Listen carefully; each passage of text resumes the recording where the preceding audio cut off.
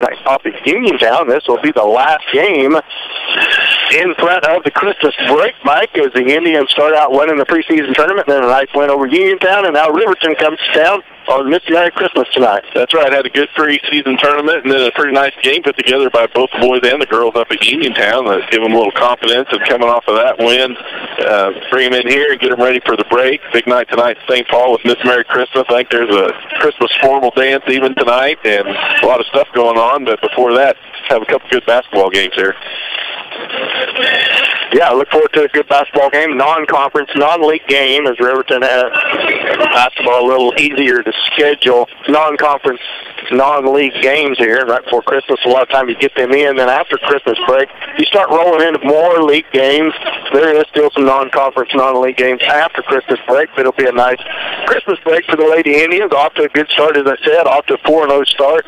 Riverton, don't know much about them. We'll see how we match up here when we get started, but the girls kind of finding their own way. Not very deep this year. Only 9 girls on the roster, but the couple young freshmen in Ireland Foley and Katie Carter is getting a lot of playing time and starting to fit in and gel real good and find a little continuity amongst the team.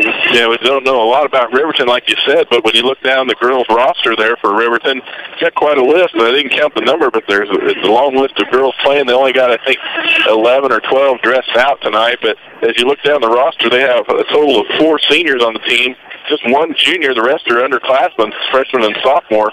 So we'll see once they get out here and get started with the lineups and see who they've got dressed out, just what they got. But it looks to be, judging from the roster, a fairly young Riverton team. We played them the last couple of years, and they've put together, decent squads. It seemed like that St. Paul, with the leadership of Coach Tuck, has been able to put together, it didn't matter if you had the seniors or the underclassmen, and this year is no different with Katie Carter coming in as a freshman, and you've got Taylor Watrick, the sophomore, and the younger girls like that are really contributing here, Katie Coombs. So, that's an advantage Coach Tuck has by building this program. They do a lot of work in junior high, and that shows through the way they come on up to high school and have, fairly good adjustment time to get used to the players. And then you've got senior leadership you mentioned with Caitlin O'Brien and the other seniors, Emily Winter, and they're really pulling the younger girls along. St. Paul led off their good man-to-man defense Tuesday night. Just a ton of steals on the night caused just wreaked havoc with Uniontown, and that good man-to-man defense caused a lot of turnovers against Uniontown. Had a lot of 2-chance points. The Lady Indians shot pretty well from the floor, and their rebounding was good too. It's been good through the preseason tournament, and then again in Uniontown.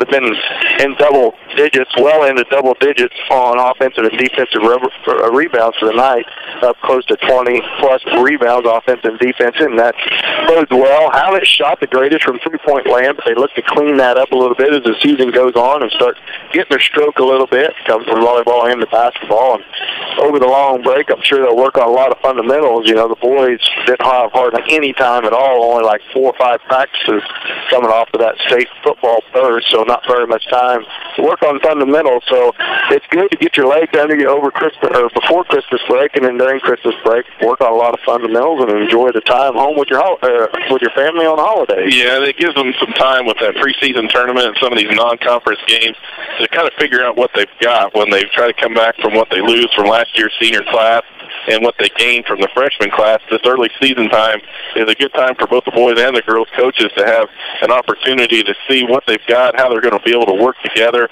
what kind of chemistry there is with the team. And once you kind of figure that out in those preseason games, you get the Christmas break where you can have some practice and you go back to work and you put that stuff together, make some adjustments on maybe your offensive or defensive scheme. Obviously, the girls with this man-to-man defense they're so good at, just year after year, that is their bread and butter, and it's really one of the most effective weapons they have is that defense because they just play it so well. I want to thank everybody for tuning in and listening to our Richie's pregame show tonight. Mike and I are glad to bring you tonight's St. Paul Indian games. When we come back from this break, Mike will come back and have some. We're going to let him take a little time out, go down to the scorebook, and get his starting lineup made out. About 7 minutes before game time, we'll be back after this 2-minute timeout. U.S. St. Paul Indian basketball on Hot 105. Farmers Bank is a full-service bank with small-town personal attention. They know you by name and are always glad to help you out. Offering 24-hour ATM and 3 banking locations in St. Paul, Walnut, and Hepler, Farmers Bank, member FDIC, is proud to help support the success that a small community can achieve with teamwork and determination.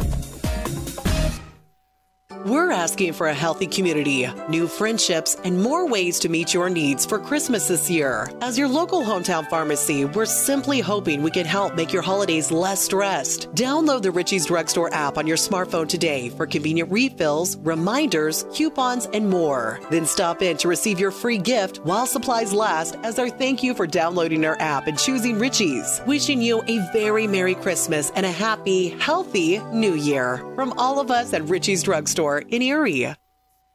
Jerry and Kevin Winter, along with the entire crew at KW Trucking, are proud to bring you this broadcast of the St. Paul Indians. KW Trucking specializes in heavy equipment and heavy truck repair, late model rebuilding, and body work from large trucks down to cars. They also have a full-service machine shop and a great selection of both used cars and trucks. See Jerry or Kevin at KW Trucking or call 449-2763. The Exchange State Bank is proud to be a member of the St. Paul community. The Exchange State Bank has served the area since 1914 and is committed to go the distance for you. A full-service bank, they offer savings, checking accounts, loan certificates of deposit, and more. They also offer competitive rates on loans and investments, all while giving you the kind of personal service you won't find at bigger institutions. Visit with Bob Schonifer at Exchange State Bank in St. Paul, member FDIC, proud sponsor of the St. Paul Indians. Let's get back to the game on your home for St. Paul Indian Sports. Hot 105. Well, welcome back to our Richie's Pharmacy pregame show in Erie, Kansas. Our title sponsor tonight is Farmers Bank, as it is always for all St. Paul athletics this year. Want to make sure we remind everybody after the first year when we come back from Christmas break, make sure you're going to be able to join us live, and it should be streaming live ball games by then, Mike. It'll kind of be a new thing for us, and we're going to have to get used to all the equipment and everything, but we'll get that under our belt and go over and get trained on how to run all this fancy stuff, and we'll be streaming live. Yeah, it'll be definitely, if we can figure out how to work it on our end, it'll sure be nice for everyone that's listening at home to be able to tune us in online and be able to see what we're seeing here at the game. So if you're not able to make, especially some of the road games, that'll really be something that's new and nice that we're able to provide thanks to all of our sponsors and able to help come up with the ability to do that. That's, one of the things that as we go through time here, I can remember the days when you were lucky to be able to even tune in the radio and hear a game. And here we are now. We're about ready to try and live stream one using video cameras, not to mention the fact that got me and you trying to figure it out. That may be as much fun as anything. Watch us try to do that. Oh, yeah, but tune in at 105.5 in the mornings. Larry Pierce, he'll line you out. He does a real good job of Chinook Blue Comet. He has them on 95.3, but he does a real good job of promoting them on 105.5 in his morning show, as well as the St. Paul Indians. And he'll tell you exactly how to log on, and we will too when we come back after the first year. But I think it's fairly simple. Just get on the internet. You can log right on to 105.5, and by the time once we get it all set up, you should be able to just poke the button on the stream live, and you'll be able to call Mike and I on any little white lies we may tell you during the game, because during radio show, you don't really, if you make a mistake, nobody can see it on the other end, but that's not going to be the case anymore, Mike. No. What's the P's and Q's? Yeah, we have to watch a lot closer, make it away some of our secrets. People start figuring this out. So we'll see how that goes as I finish warm-ups here. There's about 3 minutes left on the clock before tip-off. As I said, St. Paul girls off to a good start, off to a 4-0 start. Won the preseason tournament over Chautauqua, Columbus, and Southeast. That was a round-robin tournament where those three teams and St. Paul was the four in it. You just played everybody, and St. Paul come out of there 3-0. Had a nice victory. I want to thank Keith again for sitting in for Mike and I. Mike was gone that week, and I had to be gone Friday, so Keith did a good job of sitting in for us. I got to listen to about the last 2 minutes of the game, of the boys' game, which Keith said wasn't very much fun to call because the Indian boys had a 14-point lead with about 4 minutes to go and somehow got beat by one. And anyway, live and learn. That's part of that growing pains of not having very many practices, I'm sure, and not shooting very good down the stretch. But Indian boys cleaned things up with a nice victory over Uniontown Tuesday night on the boys' side of it. Ben George, a real good player, and his little brother, Luke George, for Uniontown. Ben George was a story in the first half. Luke was a story in the second half. Indians' defense really stepped up to the plate in that second half and was able to build a lead and maintain it and come out with a nice victory on the road at Uniontown. Yeah, they did a really good job. If you remember back, especially in the boys' game, they came out early, really living and dying by the three-point shot in the first half, and we're doing pretty good early on, and then they went completely cold, weren't able to sink anything, and it was a tale of two halves for the Indians. Made some adjustments at halftime, came out later in the second half trying to control the ball and doing a lot better job of working it around, trying to get the ball inside, and that really paid off for them in that game. So I'll thank everybody for listening to Richie's pregame show. Richie's Pharmacy there in Erie, Kansas. Make sure you go there for all your needs, pharmaceutical needs, and everything else. Family-owned business, owned by the Buttons, real nice people, as well as the rest of our sponsors. We're blessed to have a bunch of sponsors that are all family-owned and give a lot of good community support to the St. Paul athletics as well as the school, Mike. That's right, and it's really nice to have that support, and it's important to kids. It's important to everyone involved. It's really helpful. We're going to take a short 1-minute timeout for the national anthem. We come back to timeout. Mike will have starting the lineups. You're listening to St. Paul Indian basketball on Hot 105. Prairie Mission Retirement Village in St. Paul provides services to people in their retirement years. Prairie Mission meets a wide range of needs from healthcare to assisted living and independent living apartments to elderly daycare services, including transportation. With our 7 to 7 dining, residents get up when they desire, eat when and what they want, and continue to live a full and happy life. Your family deserves the best in retirement care, so give Prairie Mission Retirement Village a call today for more information at 620-449-2400. Or visit them at 242 Carroll Street in St. Paul. Hi, I'm Kendall Gammon. You may know me as a Kansas City Chief, but I'm also a proud graduate of Pittsburg State University. Pittsburg State offers more than 200 degree programs, small class sizes, and tuition so affordable it earned Pittsburg State a top 10 ranking on Washington Monthly's Collegiate Best Bang for Your Buck list. But don't take my word for it. Visit Pittsburg State and see why there's nothing like being a gorilla. Learn more at pittstate.edu/BAGorilla. St. Paul Tire and Lube, locally owned and operated, offers the small town convenience you love without the big city prices. They offer free pickup and drop off in St. Paul, so you're not left stranded while your vehicle is in the shop. They offer tire repair and also offer oil change and new tires. When you find yourself in need of new tires or an oil change and need to keep going, visit with St. Paul Tire and Lube, 620-449-2323. St. Paul Tire and Lube, proud supporters of the St. Paul Indians. Goes from the radio to the microphone tonight. Let's give up starting lineup for each team as we're getting set to get underway here. There's 8 minutes on the clock. Right now the score is 38-37. They haven't took the JV score down. They're going to get that reset here before long as the St. Paul Lady Indians welcome in Riverton tonight. And we look forward to a good game here tonight. St. Paul coming off with a nice victory against Uniontown Tuesday night. Last game before Christmas break. I think just a few days of school. Just 2 days, I think, next week, Mike. Yep. And then off on Christmas break. Yep, be ready for Christmas break. With the lineup, I got it ready for you. Yeah, go ahead, Mike. Starting out for Riverton first, number 3, the sophomore, Maddie Price. Also for Riverton, number 11. She is a senior, Neely Weaver. Number 10, the sophomore. Number 24, the sophomore, Zoe Mitchell. Got my numbers backwards there. Number 33 is a senior, Journey Adams. And number 42 is a senior, Jamie Compton, for the Lady Riverton Rams. On St. Paul's side tonight, start for the Lady Indians, number 11, Taylor Watrick. Number 12, junior, Sydney McCracken. Number 15, senior, Sydney Rice. Number 22, the senior, Caitlin O'Brien. And number 32, senior, Emily Winter tonight for the Lady Indians. That'll be your starting lineup. tonight is Miss Merry Christmas. We want to make sure Miss Merry Christmas Kylie Kennedy is up. The escort will be Anthony Shetler, Lauren Reichenberg, and Dalton Turner. Maddie Stone King and Whitney Taylor. So every time before break here to have Miss Merry Christmas, so we look forward to that here at halftime. Be a little bit extended halftime show as we get set underway, starting lineups huddled around our coaches for last-minute instructions as we step onto the floor. Looks like Riverton will have 3 seniors and 2 sophomores on the floor. Yep, starting to have 3 of their 4 seniors on the roster. The 4th senior is 55, Timmy Qualls. We'll probably see her as a sub in and out tonight. St. Paul will have, what do we got on the floor for classes there?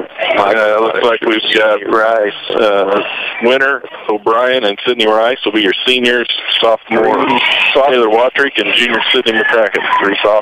3 seniors, a junior, and a sophomore. As the ball is getting ready to tip, O'Brien tipped the ball off. It is controlled by St. Paul. Rice with the basketball just underway here in Billy Fager Fieldhouse. In this girls' matchup between St. Paul and Riverton. Man-to-man defense by Riverton. Watrick with the ball, kicks it out to McCracken at the right wing. She dribbles back towards the top of the key with her left hand. Takes a 15-foot shot, no good. Rebound, Riverton. That ball brought down by Adams. Adams feeds the ball behind the back dribble by Weaver. Gives it back to Adams. Over to left wing to Price. Price back up top to Mitchell. Mitchell back to Weaver, feet inside, goes out of bounds, off of Riverton, goes back to St. Paul on the turnover. That is off of Adams' hand, and it'll go back to the Lady Indians. Rice back down with the basketball. Ross is half court. Stretch out man-to-man. Watrick with the basketball, top of the key. Up above the timeline. Right wing to McCracken. McCracken throws the basketball away. Turnover on the Indians. Now fought for by Winter, but Riverton will control the basketball. Weaver back down with the basketball for Riverton. Guarded out there by Rice. Now switch Winter on her. Now she kicks it to the left wing to Mitchell. Mitchell back up to Weaver. Top of the key. Weaver with the basketball. Guarded again by Rice. Dribbles to her left and then her right. Pushes off Weaver. And that's going to be an offensive foul and a moving screen on number 42, Compton.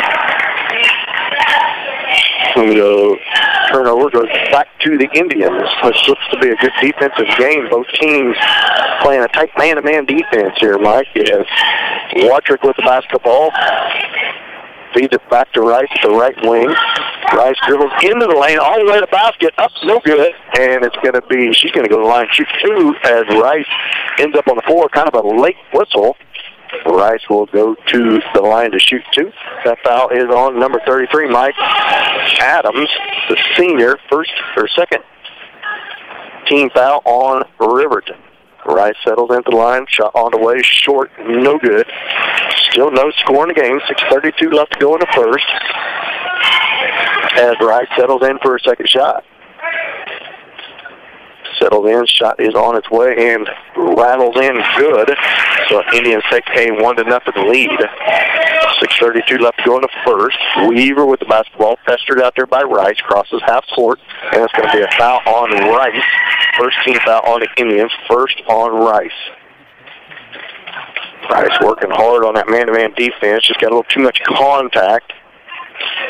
As Price feeds it in, back to Weaver. Weaver is the main ball handler for Riverton. She crosses over back to her left. Screen set by Adams.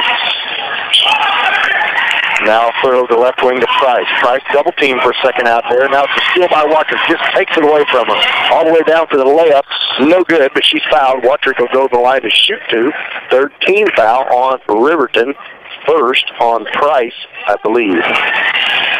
Yep.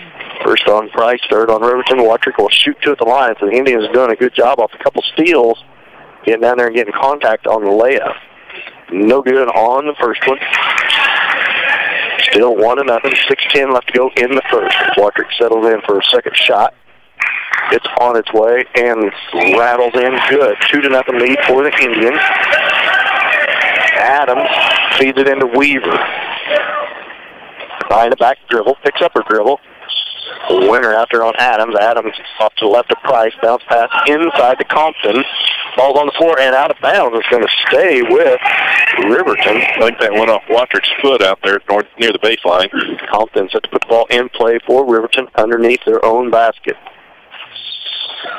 And she stepped on the line out of bounds, or on the inbounds pass, so it'll be a turnover against Riverton. Gives it back to the Lady Indians. Right, feeds it into Wattrick. Wattrick's going to be picked up out there about half court by Price. Price is sophomore.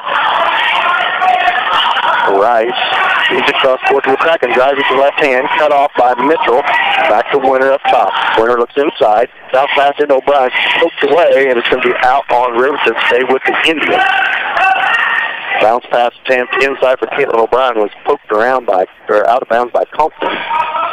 Wattrick underneath their own basket with the basketball. Count is on. Looking to get it in. Having a little trouble now. Throws it out deep to O'Brien. Now to the right wing to McCracken. McCracken cross court pass to Wattrick. Sets her feet. 3-point shot. Off long.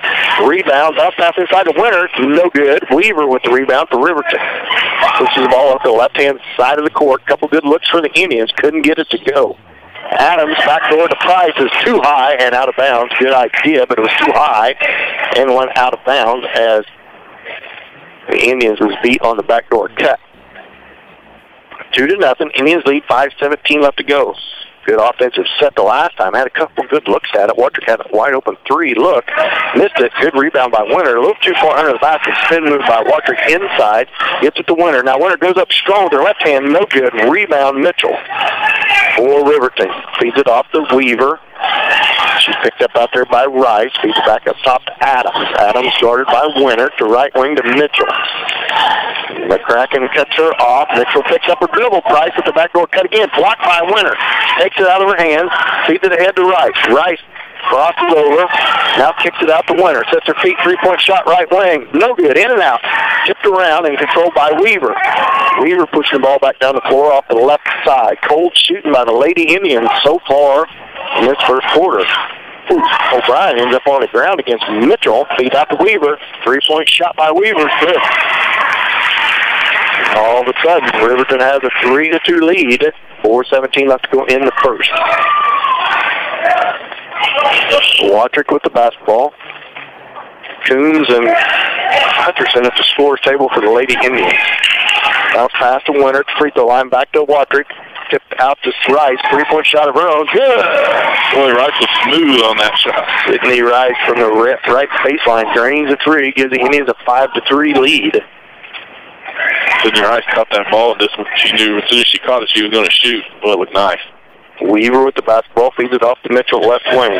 She drives against the Kraken. Now O'Brien gets it tipped away, almost stealed it.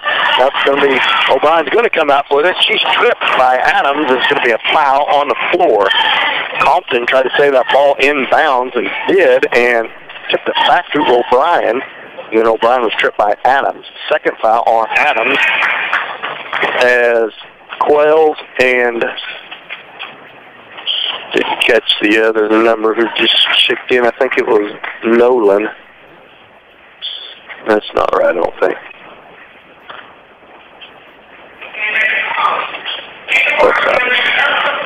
Wattrick with the basketball. Drives to her left.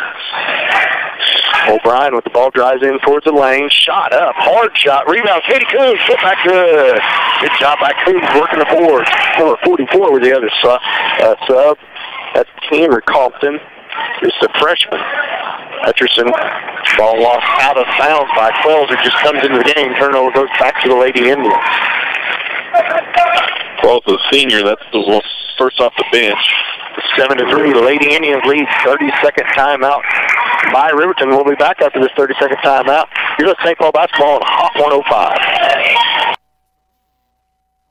Exchange Insurance Agency is a proud supporter of the St. Paul Indians. Give us a call, visit our website, or stop in to let us do the comparison shopping for you and get a free no-obligation quote. Offering all types of insurance, including auto, motorcycle, home, farm, crop, watercraft, life, and health, Medicare supplements, and all lines of commercial or business insurance. Serving the four-state area since 1964, Exchange Insurance in St. Paul is here to provide you with what you need, want, and should expect from your insurance agency.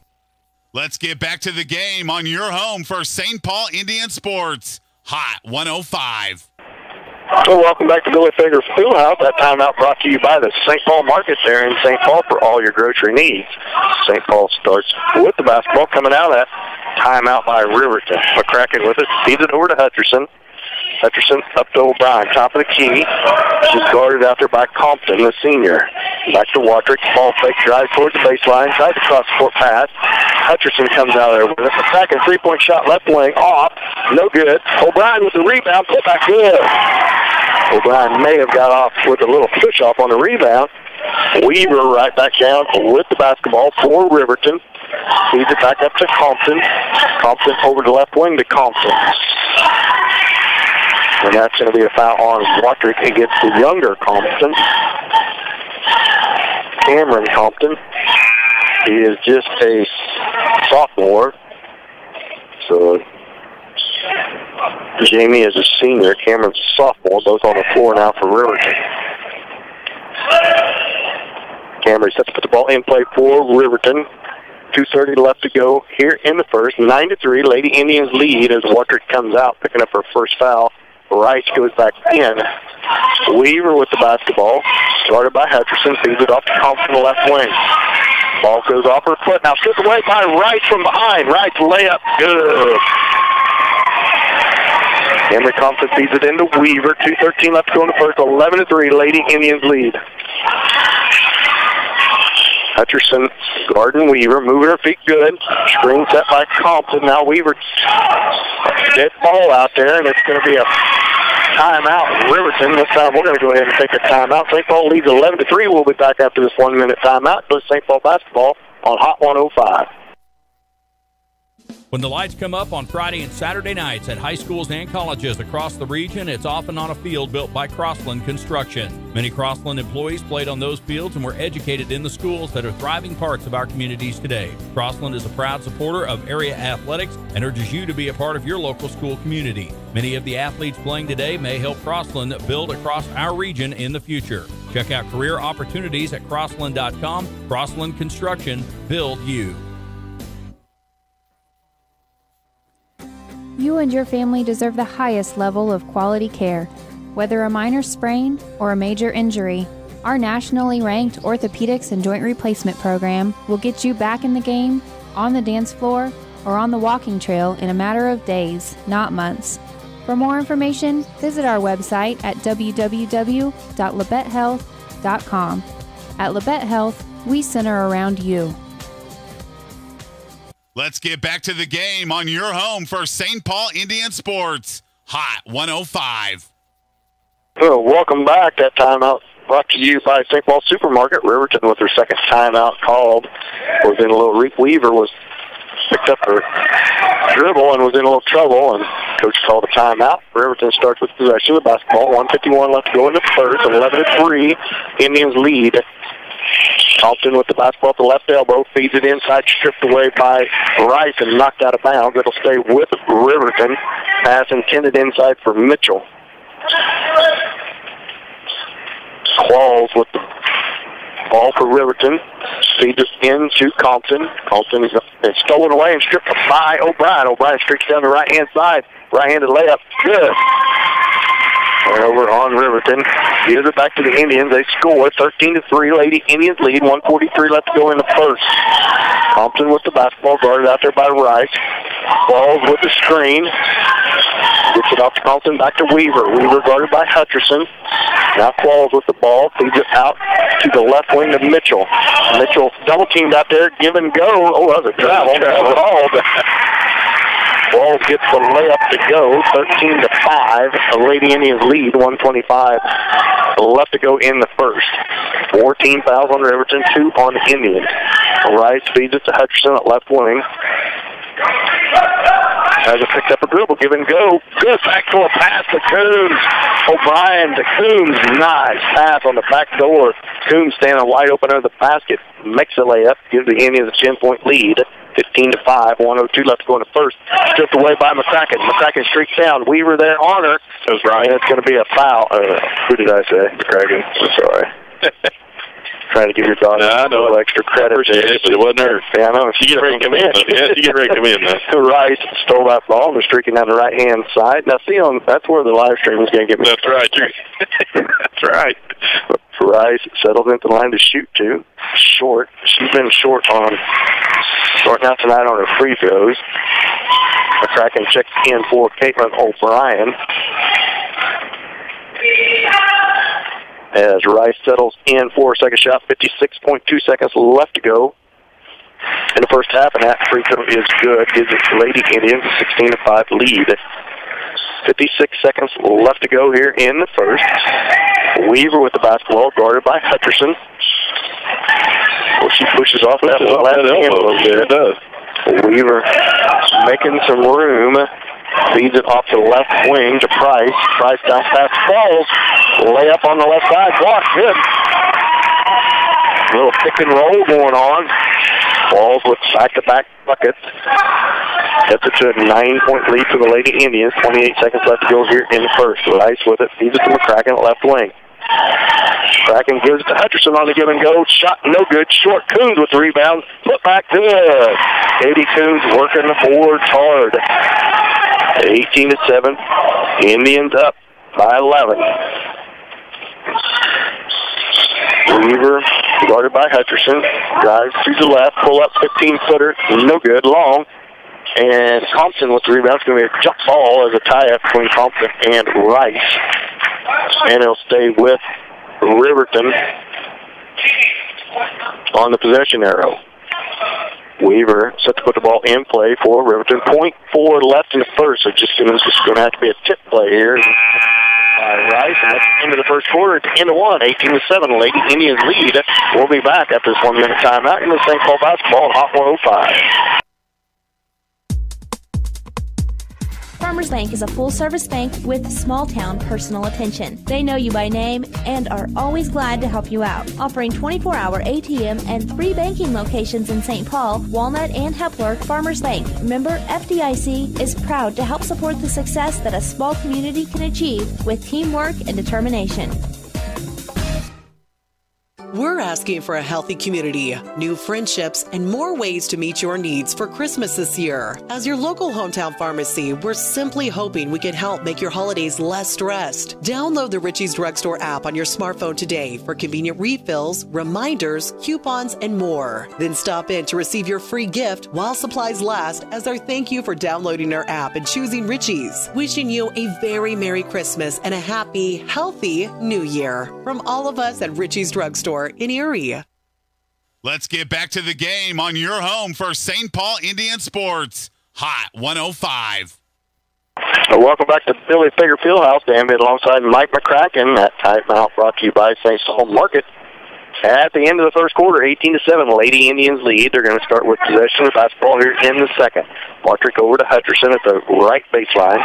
Gives it to O'Brien on the go. Shot no good. Too hard. Rebound, Mitchell for Riverton. Feeds it back to Weaver.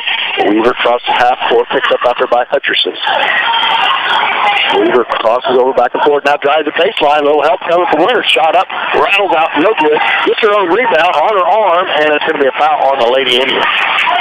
Weaver really fighting in there underneath to get that rebound and go back up with it, draw the foul. Weaver will go to the line to shoot 2. 18-7. Lady Indians up by 11.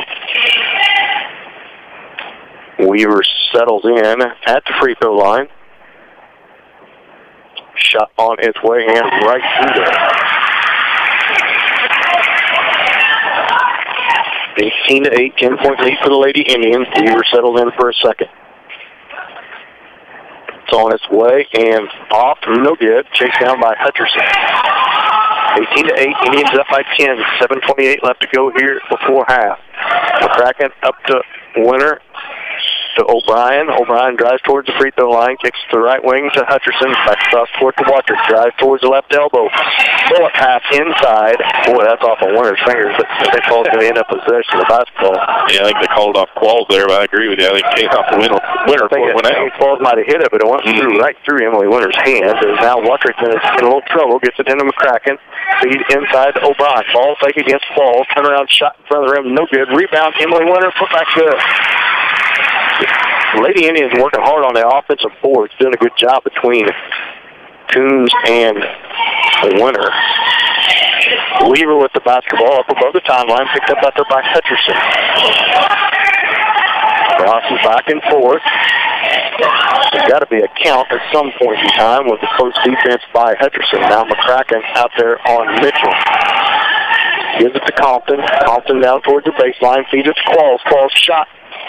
In and out. No good. Rebound. Is the foul going to be on? I think it's going to be on Taylor. Watcher being over the back on Remington, I thought, but do not. That's kind of what I thought, too, but I don't think they're going to call that on Watcher. On Watcher, yeah, they did. Yep. As Price looked to be behind her, but basketball says that's going to be a foul on Watcher. Her second, fourth team foul on the Lady Indians, so Watcher has to come out. Falls drives the baseline, backdoor feed to Compton, tipped out of bounds. It'll go back to the Lady Indians on the turnover. Hutcherson feeds it in to Rice. 6:28 left to go here before half. 20-8. Indians up by 12. Rice feeds it over to McCracken. McCracken feeds it on to give it go to Hutcherson. Layup. Good move. Good pass by McCracken on the backdoor cut on the weak side. Weaver has the ball against Hutcherson. Feeds it to the left wing to Mitchell. Mitchell to Qualls. Qualls guarded by Winter. She stands out at the left elbow. Count is on. Feeds it back to Weaver. Poked out of bounds by Hutcherson, so they stay with Riverton. Good, tight man-to-man defense applied by the Indians. Weaver hadn't come out of the game, and it's starting to show. Yeah. Out there breathing pretty hard. She has the ball a lot of time and always moving. She is the main ball handler as Compton checks back in, the younger Compton for Riverton. Weaver dribbles to the left wing. Now back up towards the elbow. Give and go to Adams. Layup good. That was a good pick and roll by Riverton from Weaver to Adams. Now Rice all the way in the lane. Kicks it up in the back and three-point shot left baseline. No good. No rebounders for the Indians. Compton comes out there with it for Riverton. 22-10. 12-point lead for the Indians.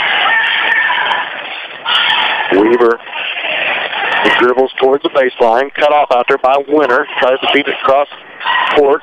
Ball on the floor. Adams comes up with it. And timeout by Riverton coach. With that timeout, we're going to take a 30-second timeout. You're listening to St. Paul basketball on Hot 105.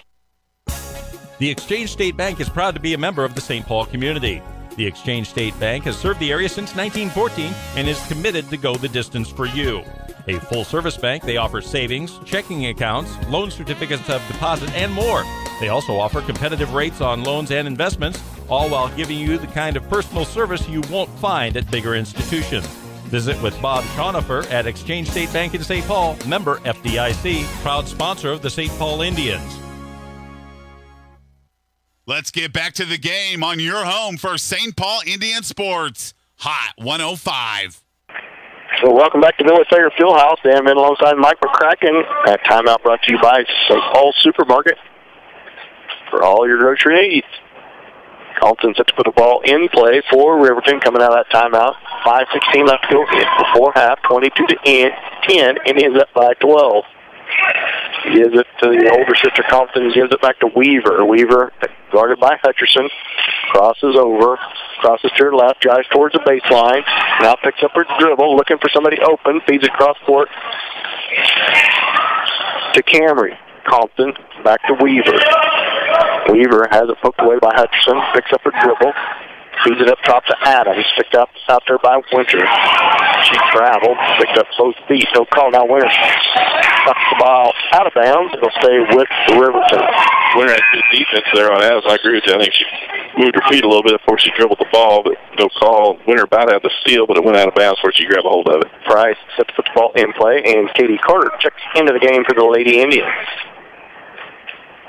Price feeds it back to Winter above the timeline. Hutcherson doing a good job on Weaver. She's going to get the push off one of these times. She keeps working hard. Weaver towards the lane. Double teamed out there. Feeds it back to Adams. Now back to Compton. Compton over to Price. Picked up out there by Carter. Boy, that's a moving screen. Bulldoze Carter out of the way. Now Caitlin O'Brien with the steal down the right side. The layup good.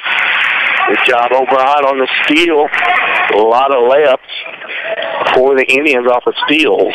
Weaver comes right back down with the basketball, 24-10. Indians up by 14. And it's going to be out of bounds. It's out of bounds by Hutcherson. As Watrick checks back in, she's got to be careful of 2 fouls. 14 fouls on the Indians, 5 on Riverton.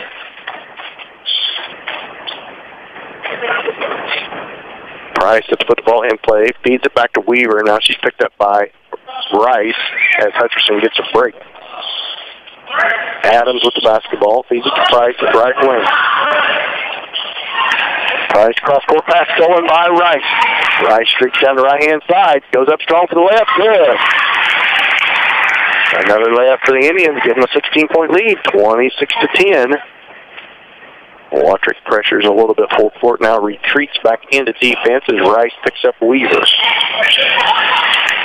Weaver, 15-foot jump shot, long, no good. Rebound, Katie Carter. Feeds it ahead to Watrick, and that head to O'Brien. O'Brien's layup on the side foot, good. Indians working good, like a well-oiled machine here, Mike. Yeah, they're starting to get a little rhythm now and get themselves together. McCracken comes to sports table, check back in for the Indians. Weaver guarded by Rice over the head of Adams and out of bounds on Riverton. It'll go back to the Lady Indians. Rice comes back out of the game as McCracken checks in as well as Coombs. So it's O'Brien, Coombs, Carter, Watrick, and McCracken in the game for the Lady Indians. Compton, Mitchell, Weaver, and Adams in the game for Riverton. McCracken feeds it to Katie Carter up below the timeline, right wing, over to O'Brien. O'Brien drives right in front of the rim from the free throw line, shot up, no good. Rebound, and it's going to be a foul on, I think, Katie Carter against Compton. And it is on Carter. 15 foul on the Lady Indians. First on Carter. 2:52 left to go before half. 28-10 Lady Indians lead. Weaver picked up out there by McCracken now. Spins around to her right. Double teamed out there. Good help defense. Now Adams, guarded by Carter. Gives it off to Compton. Back to Compton. Over to the left wing to Mitchell. Mitchell drives against Carter, and it's going to be another foul on Carter. Couldn't get her feet going quick enough. Second team foul on her. 6th on the Lady Indians. Carter comes back out of the game, and Hutcherson goes back in. 2 fouls on Carter. 6th on the Lady Indians. As Mitchell trying to get the ball in, tipped out of bounds by O'Brien. 2:31 left to go in the game. St. Paul doing a good job on that inbound play with keeping the ball away from Riverton. They're not able to find anyone open to throw it to. Riverton sets the ball in play. Mitchell trying to get the ball in, feeds it in to Compton. Compton back to Weaver. Back to Compton. Over to Mitchell. Mitchell drives. That's going to be using on a screen. That's going to be on Adams. They've got away with a couple of them. And I hate to say much, Mike, this officiating crew doing a pretty good job not getting just 16 fouls on each team with 2:23 left to go here in the first half. And, I mean, not like it's a rough game, but they're calling everything. They're letting them play physical, what they're doing. It's a physical game. I've seen way more physical, but give and go. Bad pass by McCracken, knocked out of bounds by Riverton. And it'll stay with the Lady Indians under their own basket. Rice just put the ball in play. 2:15 left to go before half. 28-10. The Lady Indians up by 18. Nobody open so far. Feeds it back up top to Coombs. Coombs drives with her left hand. Shot up short, no good. Rebound Compton. Feeds it back to Weaver. Weaver dribbles with her left hand against Hutcherson. She's going to get called for the carry. Turnover goes back to the Lady Indians as Winner comes in for McCracken. McCracken feeds it back to Rice. Rice picks up a dribble, feeds it to right wing to Winner. Winner up top to O'Brien. Bounce pass inside to Winner. Turnaround shot, good. Good pass inside from O'Brien to Winner. 30-10. Indians up by 20. 1:44 left to go here in the first half. Mitchell guarded by O'Brien. Double team by Winner. Now give and go. Tipped away by Winner. Feeds it back to Rice. Ahead. Oh, over the head. Just a little too much on it. Just need to lob that just a little bit more as Rice threw it over the head of O'Brien as she was ahead of everyone else. Weaver comes back down with it. 1:32 left. Hutcherson picks it up above the timeline. All the way down towards the baseline. Cut off by O'Brien on the help. Now picks up her dribble. Guarded out there by Hutcherson. Cross-court pass over to Compton. Compton guarded by Rice. Picks up her dribble, hands it off to Weaver. Weaver picked up after by Hutcherson. Good tight defense. 1:07 left to go before half. And that's going to be a 5-second call against Weaver, the first one of the night. Hutcherson's doing a good job on Weaver. As it'll go back to the Lady Indians on the turnovers. Lady Indians with a 20-point lead. They lead 30-10. 1:04 left to go here in the first half. Stick around for our halftime show. Brought to you by St. Paul Tire and Lube. Caitlin O'Brien with basketball, feeds it right wing to Rice. Rice into the lane. Cross-court out pass off of Coombs' hands and goes out of bounds. Turnover on the Indians. Gives it back to the Rams. 50 seconds left to go in the first half. 30-10. The Lady Indians lead by 20. Weaver with the ball gets it poked away, and it's going to be and she traveled. She thought it was poked away by the Indians. She thought it was backcourt on herself. It was actually poked away by the Indians, and when she touched the backcourt, she just walked with it. And the ref said, well, it wasn't a backcourt, but it's a travel. So it goes back to the Indians with 30 seconds left to go here before halftime. Hutcherson up above the timeline, reverses it to the left side to Coombs. Now down to the baseline to Rice. She surveys the field, looks inside, dribbles into the lane. Layup on the right side. Good move by Sydney Rice. 15 seconds left to go in the first half. 32-10. Lady Indians up 22. Weaver with the basketball, crosses over, dribbles to her right. Dribble towards the baseline. Now it's poked away by Hutcherson. Almost stripped away out of there. Emily Hutcherson knocks it out of bounds. It'll stay with Riverton. Emily Hutcherson is smothering Weaver out there, especially out front. Compton with the basketball. Feeds it back to Weaver. 2 seconds. Long three-point shot by Weaver. No good. And that's halftime, 32-10. Indians up by 22 here at halftime. We'll be back after this 2-minute timeout for our St. Paul Tire Lube halftime show. You're listening to St. Paul girls basketball on Hot 105. Jerry and Kevin Winter, along with the entire crew at KW Trucking, are proud to bring you this broadcast of the St. Paul Indians. KW Trucking specializes in heavy equipment and heavy truck repair, late model rebuilding, and body work from large trucks down to cars. They also have a full-service machine shop and a great selection of both used cars and trucks. See Jerry or Kevin at KW Trucking or call 449-2763. Prairie Mission Retirement Village in St. Paul provides services to people in their retirement years. Prairie Mission meets a wide range of needs from healthcare to assisted living and independent living apartments to elderly daycare services, including transportation. With our 7 to 7 dining, residents get up when they desire, eat when and what they want, and continue to live a full and happy life. Your family deserves the best in retirement care, so give Prairie Mission Retirement Village a call today for more information at 620-449-2400. Or visit them at 242 Carroll Street in St. Paul. Hi, I'm Kendall Gammon. You may know me as a Kansas City Chief, but I'm also a proud graduate of Pittsburg State University. Pittsburg State offers more than 200 degree programs, small class sizes, and tuition so affordable it earned Pittsburg State a top 10 ranking on Washington Monthly's Collegiate Best Bang for Your Buck list. But don't take my word for it. Visit Pittsburg State and see why there's nothing like being a gorilla. Learn more at pittstate.edu/BA-Gorilla. St. Paul Tire and Lube, locally owned and operated, offers the small town convenience you love without the big city prices. They offer free pickup and drop off in St. Paul, so you're not left stranded while your vehicle is in the shop. They offer tire repair and also offer oil change and new tires. When you find yourself in need of new tires or an oil change and need to keep going, visit with St. Paul Tire and Lube, 620-449-2323. St. Paul Tire and Lube, proud supporters of the St. Paul Indians. Let's get back to the game on your home for St. Paul Indian Sports. Hot 105.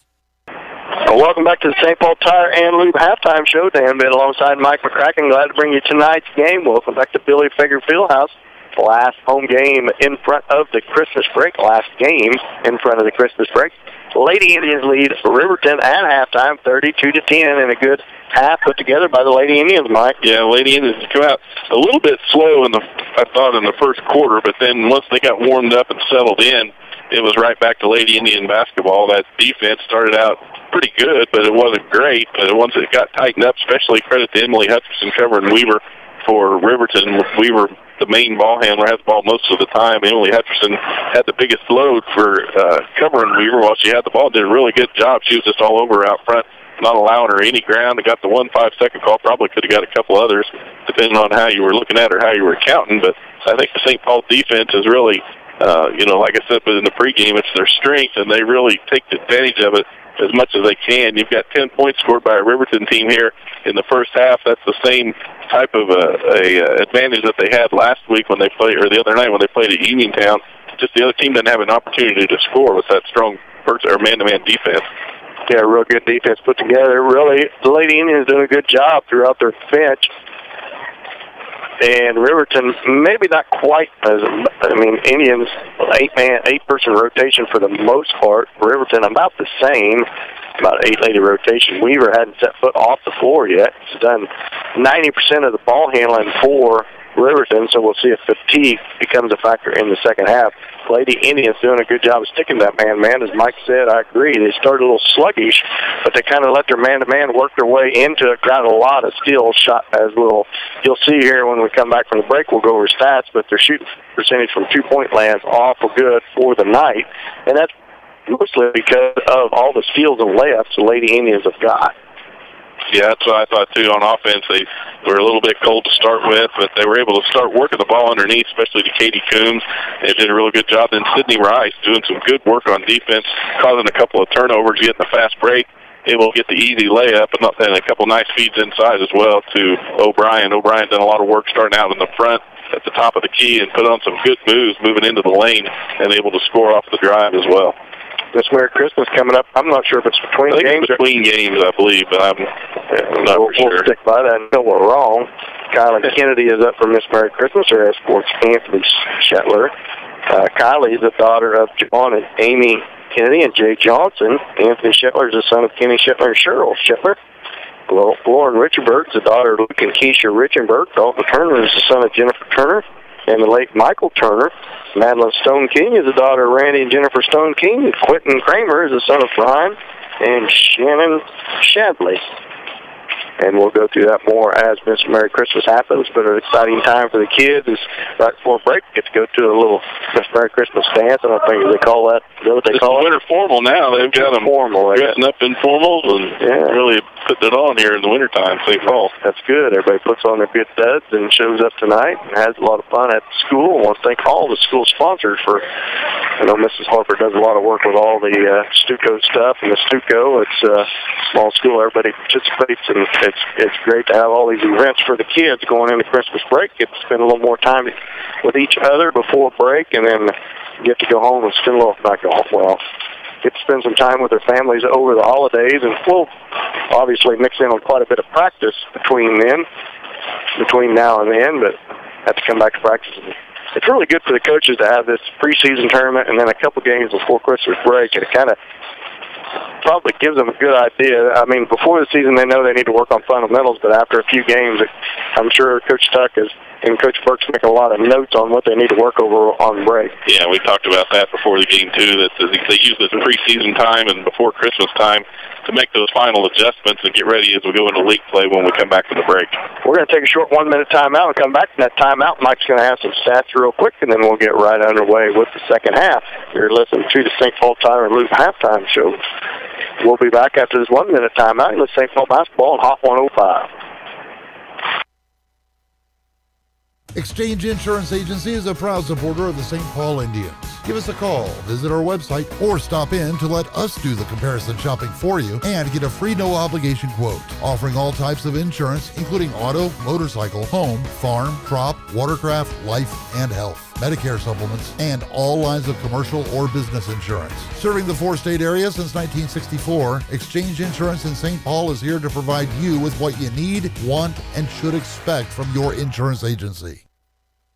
When the lights come up on Friday and Saturday nights at high schools and colleges across the region, it's often on a field built by Crossland Construction. Many Crossland employees played on those fields and were educated in the schools that are thriving parts of our communities today. Crossland is a proud supporter of area athletics and urges you to be a part of your local school community. Many of the athletes playing today may help Crossland build across our region in the future. Check out career opportunities at crossland.com. Crossland Construction, build you. Let's get back to the game on your home for St. Paul Indian Sports. Hot 105. Welcome back to Billy Fager Fieldhouse here in St. Paul, Kansas tonight as we're enjoying a pretty good game here put on by the Lady Indians as they take on the Riverton Rams tonight. We'll follow them up later on after this girls game with the varsity boys game with the Rams and look forward to that. But for right now, I'm going to try and go over some of the stats on the night for the Lady Indians. Lady Indians led in scoring tonight by Sydney Rice, who has 11 points in the first half. A lot of those came off of her steals and her turnovers, but she had 3 2-pointers and a 3-pointer, which gave her 11 points on the night. She was followed up by, let's go down my list here, got a new stat sheet, but I'll just kind of go down the list. Taylor Wattrick had 1 point on the night so far in the first half for St. Paul. Emily Hutcherson with 2. I mentioned Sydney Rice with 11. Caitlin O'Brien had 8 points on the night so far for St. Paul. Emily Winter with 4. Katie Coombs played a good game underneath and had some good work done down there. Took some good feed passes into her and was able to put 6 points on the board in the first half for the Lady Indians. On the night so far for Riverton, Weaver's got 4. Adams with 2. Halls has 4. And that's it for Riverton so far on the night. As far as percentages go, looks like St. Paul. Tell you what, Dan, I'll let you do the percentages if you want to. No, I don't care. Yeah. Okay. We'll do those. You got those. I was trying to keep track of mine. I got a new app here I'm trying out. How's it work? Well, it's worked pretty well for points, but I'm not sure how it's working on the percentages, so you better go over those if you've got them. The Indians shot 14 for 27 from the floor, shoot 51%. Overall field goal percentage, they're 13 from 22 from two-point land, Mike. That's pretty good. That's shooting 59% from the floor. That's mostly because of layups and steals. And then they're shooting 20% from three-point land, only 1 for 5. So overall, that's what brought their overall field goal percentage. But 51% is not too bad. 3 for 7 from the free throw line, shooting 42% for the night. Not that many rebounds on the night for the Lady Indians, mostly because they're making their shots. So 8 steals, that's one of the big things for them. 6 fouls in the first half, 3 turnovers. That's real good. Coach Stuck will be real happy with that. And a total of 7 rebounds. So, as I said, not very many rebounds because a lot of steals and not very many, or that shooting high percentage from the floor shows that on not having the rebound very much. Riverton starts with possession of basketball to start the second half. Thank you for listening to our St. Paul Tire Lube halftime show. It's going to be a foul on the Lady Indians, and it's going to be on Sydney McCracken. First on the Lady Indians in the second half. Riverton with the basketball. Price with the ball overhead. Feeds it into Compton. Compton turns it around against Hutchinson. Loses it out of bounds. Turnover goes back to the Lady Indians.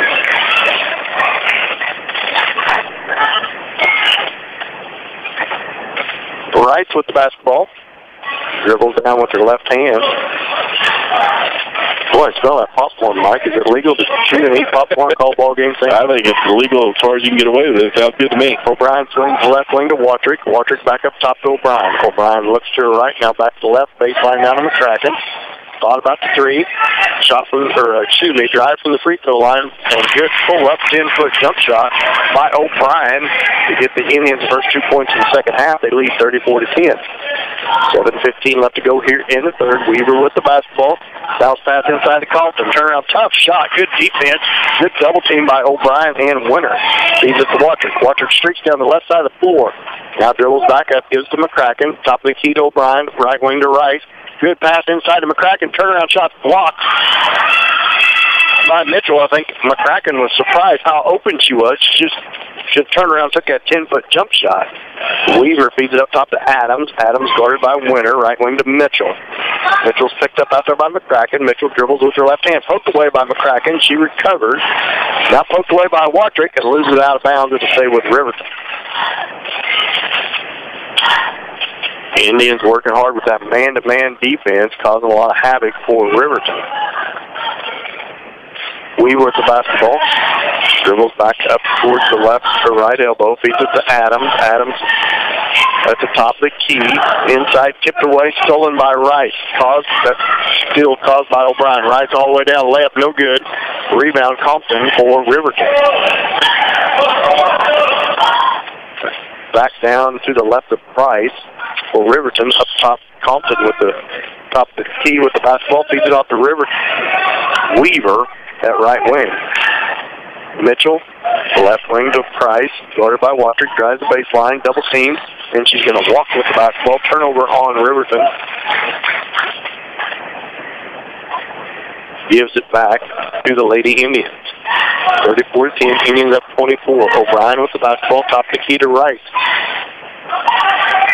Rice over to McCracken at left wing. Holds the ball over her head. Feet inside O'Brien.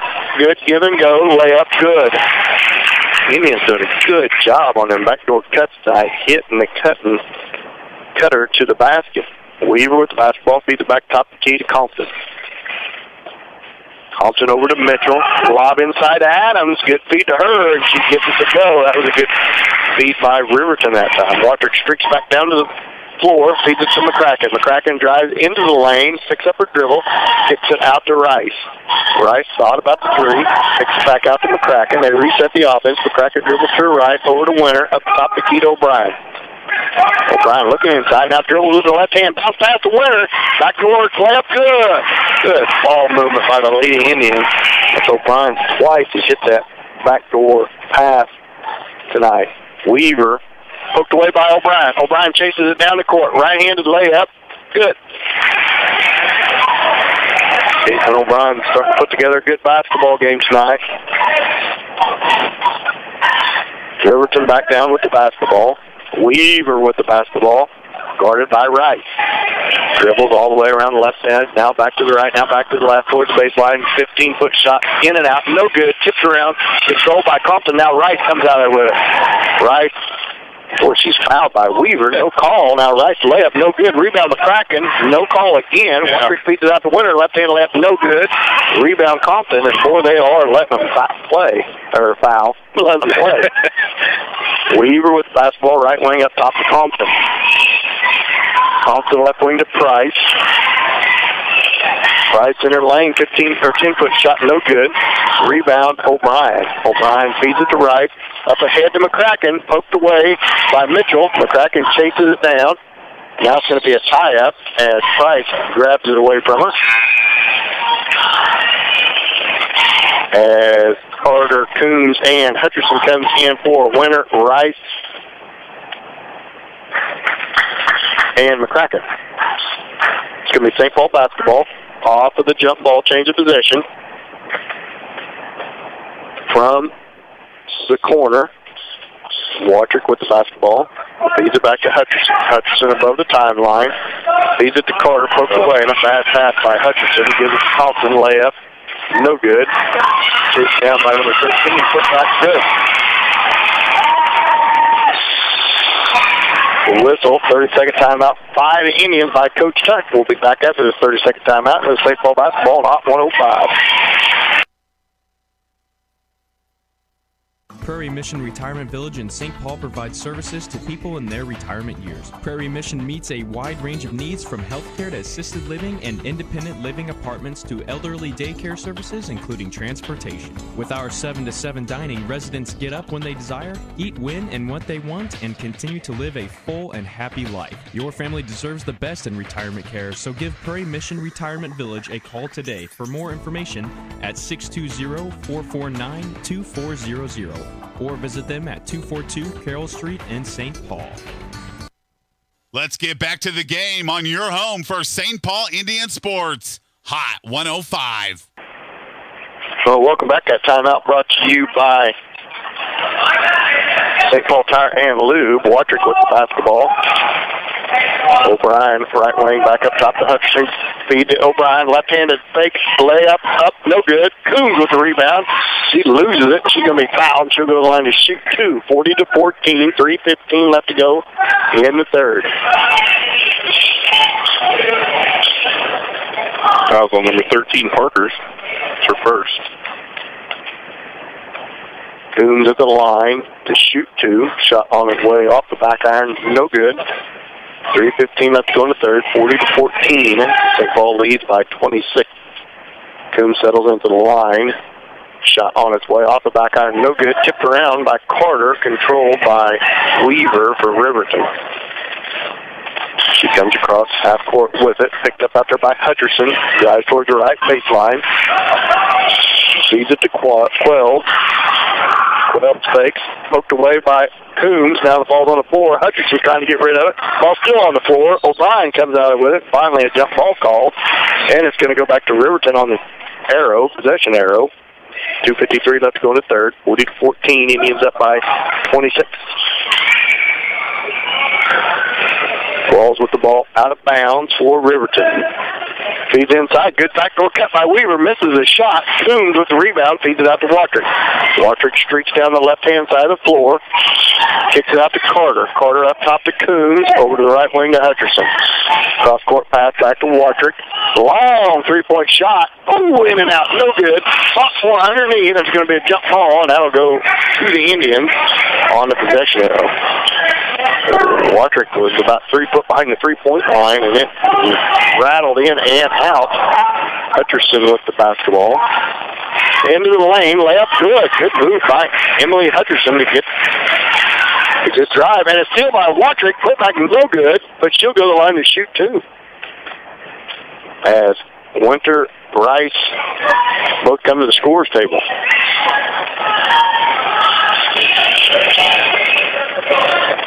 Now Rice comes back to the bench and just Winter goes to the scorer's table. Watrick settles in to shoot 2. Good steal on Taylor. Watrick snuck in there and give a little 4-foot pressure. Checks in for Coombs. Winter checks in for Coombs. Oh, excuse me. O'Brien now. A little mix up there on the swap. So it's Coombs, Winter, Watrick, Carter, and Hutcherson in the game for the Lady Indians. Off the back iron, no good. Rebound, Emily Hutcherson. Boy, that was almost double. Well, she tried to make a little room for herself. Winner. And, yeah, Winner, excuse me. Rebound, Riverton. Weaver drives the baseline. 10-foot jump shot from the baseline, no good. Off the rim. Rebound, Kate Coombs. Feeds it to Watrick. Watrick looking ahead. Now, feeds it to Winter at the baseline. To Coombs at the left elbow. 5-foot shot on the way. No good. Compton with the rebound. Feeds it back to Weaver. Weaver's played the entire ball game. She's had to be getting fatigued. And stripped away by Hutcherson. It's going to be another jump ball. It's going to stay with Riverton. 43-14. Indians up by 29. 1:47 left to go here in the third. Price with the basketball. Feeds it back into Weaver above the timeline. Goes towards the left wing, now towards the baseline.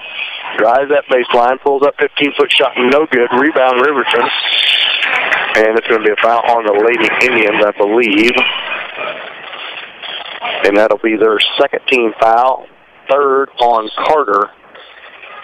As Rice checks back into the ballgame, comes in for Katie Carter. Katie Carter put in some good minutes at Uniontown.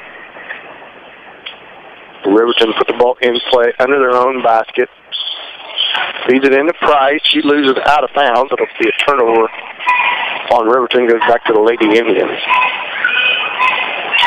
Watrick with the basketball. Streaks down the floor. Picked up out there by Price. Feeds it to Hutcherson. Back up top to Rice. Rice feeds it in the winter too hard. Compton with the steal. Good idea by Rice. Just a little too much ahead of Winter. Weaver back down with it. Gives it to Compton. Compton off of her sister's, well, the older Compton's foot. And there's the walk, and they did not call it. So give and go attempt, no good. Hutcherson with the steal. Has competition down there. Layup good. Good move by Hutcherson. She had two Riverton Rams down there. She went up strong and got that layup to go. 45-14. 31-point lead for the Lady Indians. Timeout. Riverton with 51.6 left. We'll be back after this 1 minute timeout in the St. Paul basketball on Hot 105.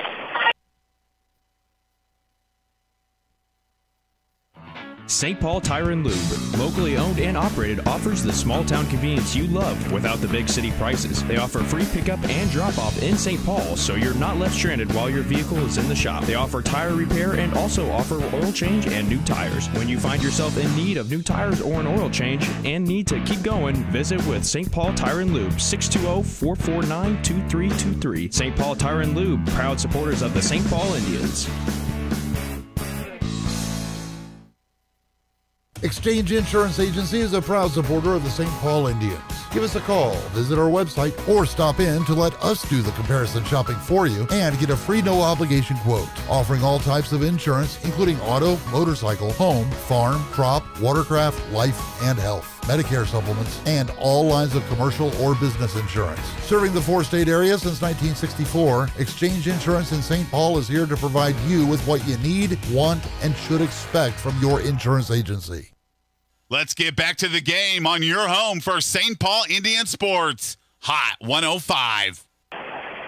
Riverton basketball coming out of that timeout. 44 seconds left to go in the third. 45-14, Indians lead. Mitchell with the ball at the right wing for Riverton. Up top to Compton. Compton bounce pass inside, blocked by Coons, and it's going to be a foul against Riverton. So it'll stay with the Lady Indians. Foul on Cameron Compton, the young sophomore. 13 foul on Riverton, first on her. Rice streaks back down with it, picked up by Weaver, gives it off to Wadrick, shot from the left elbow, no good. Rebound, Compton. Feeds it back to Weaver, 20 seconds left to go in the third, over to Mitchell. Mitchell and a steal by Wadrick. Wadrick all the way down, layup, no good, and no foul. I'm not really sure I've seen too much like that. They're getting pretty rough out there. There's a lot of contact.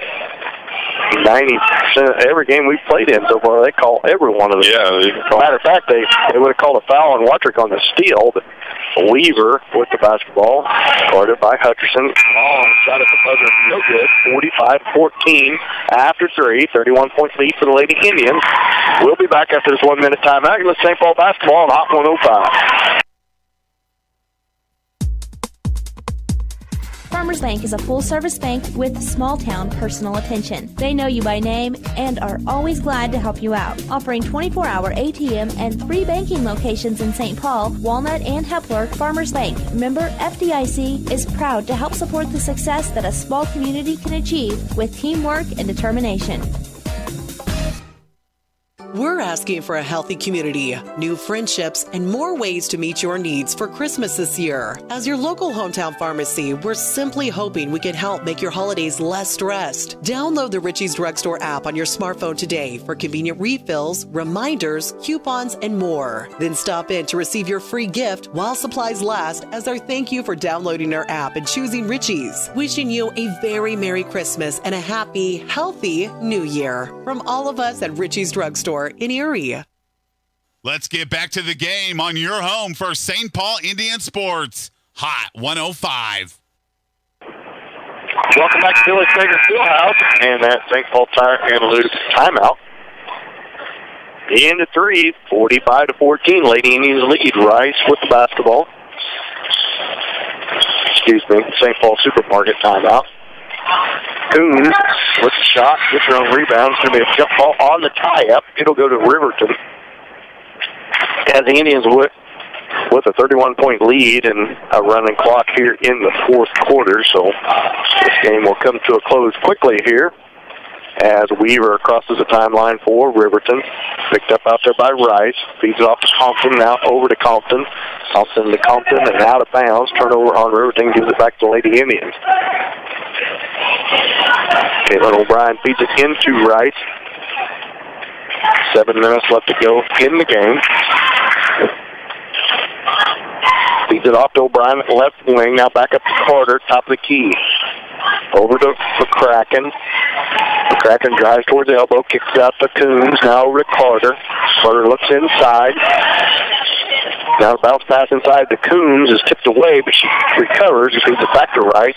Rice shot from the left elbow, long, no good. Rebound Carter. Kicks it back out to Rice. Now feed over to O'Brien. O'Brien with a couple ball fakes, pulls back out, gives to McCracken. Now tries to feed it inside to O'Brien and stolen away. Weaver streaks down the right-hand side, and it's going to be a charge on Weaver as her feet got tangled up. Weaver playing hard. She just not getting anything go her way tonight. Riverton coach does not agree with that call. 6:22 left to go in the game. 45-14. There's wholesale changes for Riverton. 12, Adams. Price.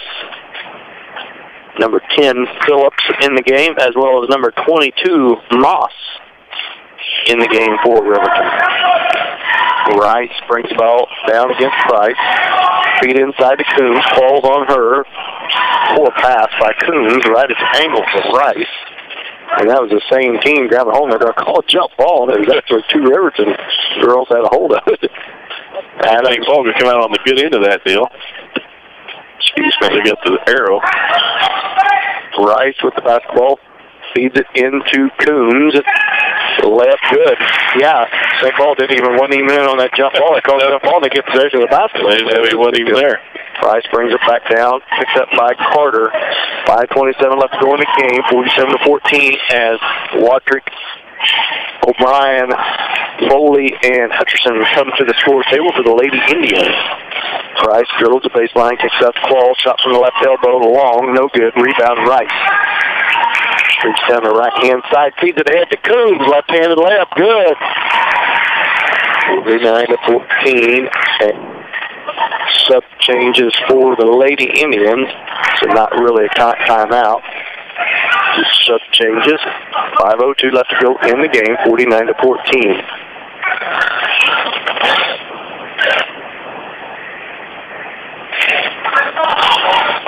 St. Paul put together a pretty good ball game here tonight, Mike, led by that man-to-man defense again. Yeah. And you know, that's aggressive. The refs letting them play fairly aggressive. It really benefits the Lady Indians. Magnifies how aggressive you can be on that man-to-man. It's just, you can't do anything against that. Yeah, I don't want to say that it's been too aggressive, but a lot of times you get these referees that call these ticky-tacky fouls all the time. Right. Tonight it has not been that way. And as you can tell, there's just 2 team fouls on the Lady Indians this half and 4 on Riverton. 3-point shot by Carter from the right baseline, no good. Rebound Riverton. Price comes back down with it. Bounce pass over to Phillips. Shot on his way, no good. Rebound Qualls. Put back no good. Get your own rebound. Put back good. Well, stuck with it until she got it to go. And right back down comes Wadrick with the basketball. Dribbles into the lane, bounce pass over to Winter, back door, no good, left-handed layup, she missed it. Rebound, Phillips for Riverton. Now the ball's on the floor, and Wadrick gets it off to Carter. Carter, layup, no good. Rebound, Hutcherson, her right-handed layup, no good, but she's fouled from behind. She's pretty busy down there right now. As Hutcherson will go to the line to shoot two. 3:35 left to go in the game. 49-16. Indians up by 33. Hutcherson settles in at the free throw line. First shot on its way short. No good. St. Paul hadn't shot a lot of free throws tonight, but when they have, they haven't had much luck at it. It's been a little bit cold from the free throw line. Parker checks in for Riverton. Hutcherson settles in at the line for her second. It's on its way off the back iron. No good. Rebound Riverton. That's Moss with the rebound. She feeds it back to Phillips. Phillips off to Price. Price up to Adams. Adams top the key, left wing. Over to Moss. Or Phillips, excuse me. Phillips guarded by Hutcherson. And Wadrick comes out there with the steal. She can't dribble, and now they call Wadrick with a double dribble. I thought she turned to the ref, tried to call a timeout. Step on the dribble. is going to go to Riverton as Coombs comes in for Winter. 2:28 left to go in the game, 49-16. Moss with the ball underneath the basket, put the ball in play for Riverton. Looking. Now lobs it inside Adams. That's going to be a foul on Coombs. And she slaps Adams on the hand. Adams will go to the line. Wasn't on the shot, so it's on the floor. Just a third team foul on the Lady Indians. As McCracken checks back in, she's going to come in for Foley.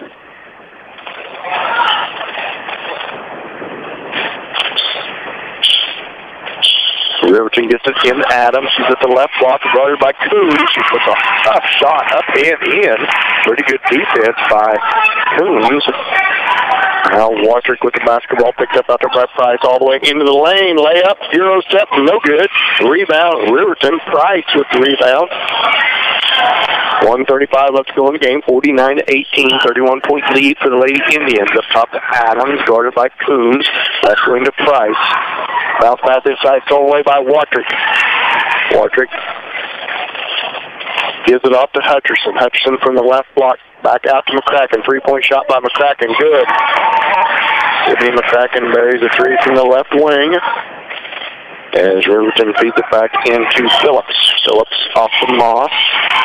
Moss up top to Adams. 1 minute left to go in the game. 51-18. Lady Indians lead. Phillips with the ball. Pestered out there by Hutcherson. And now Price. And now another timeout by Riverton.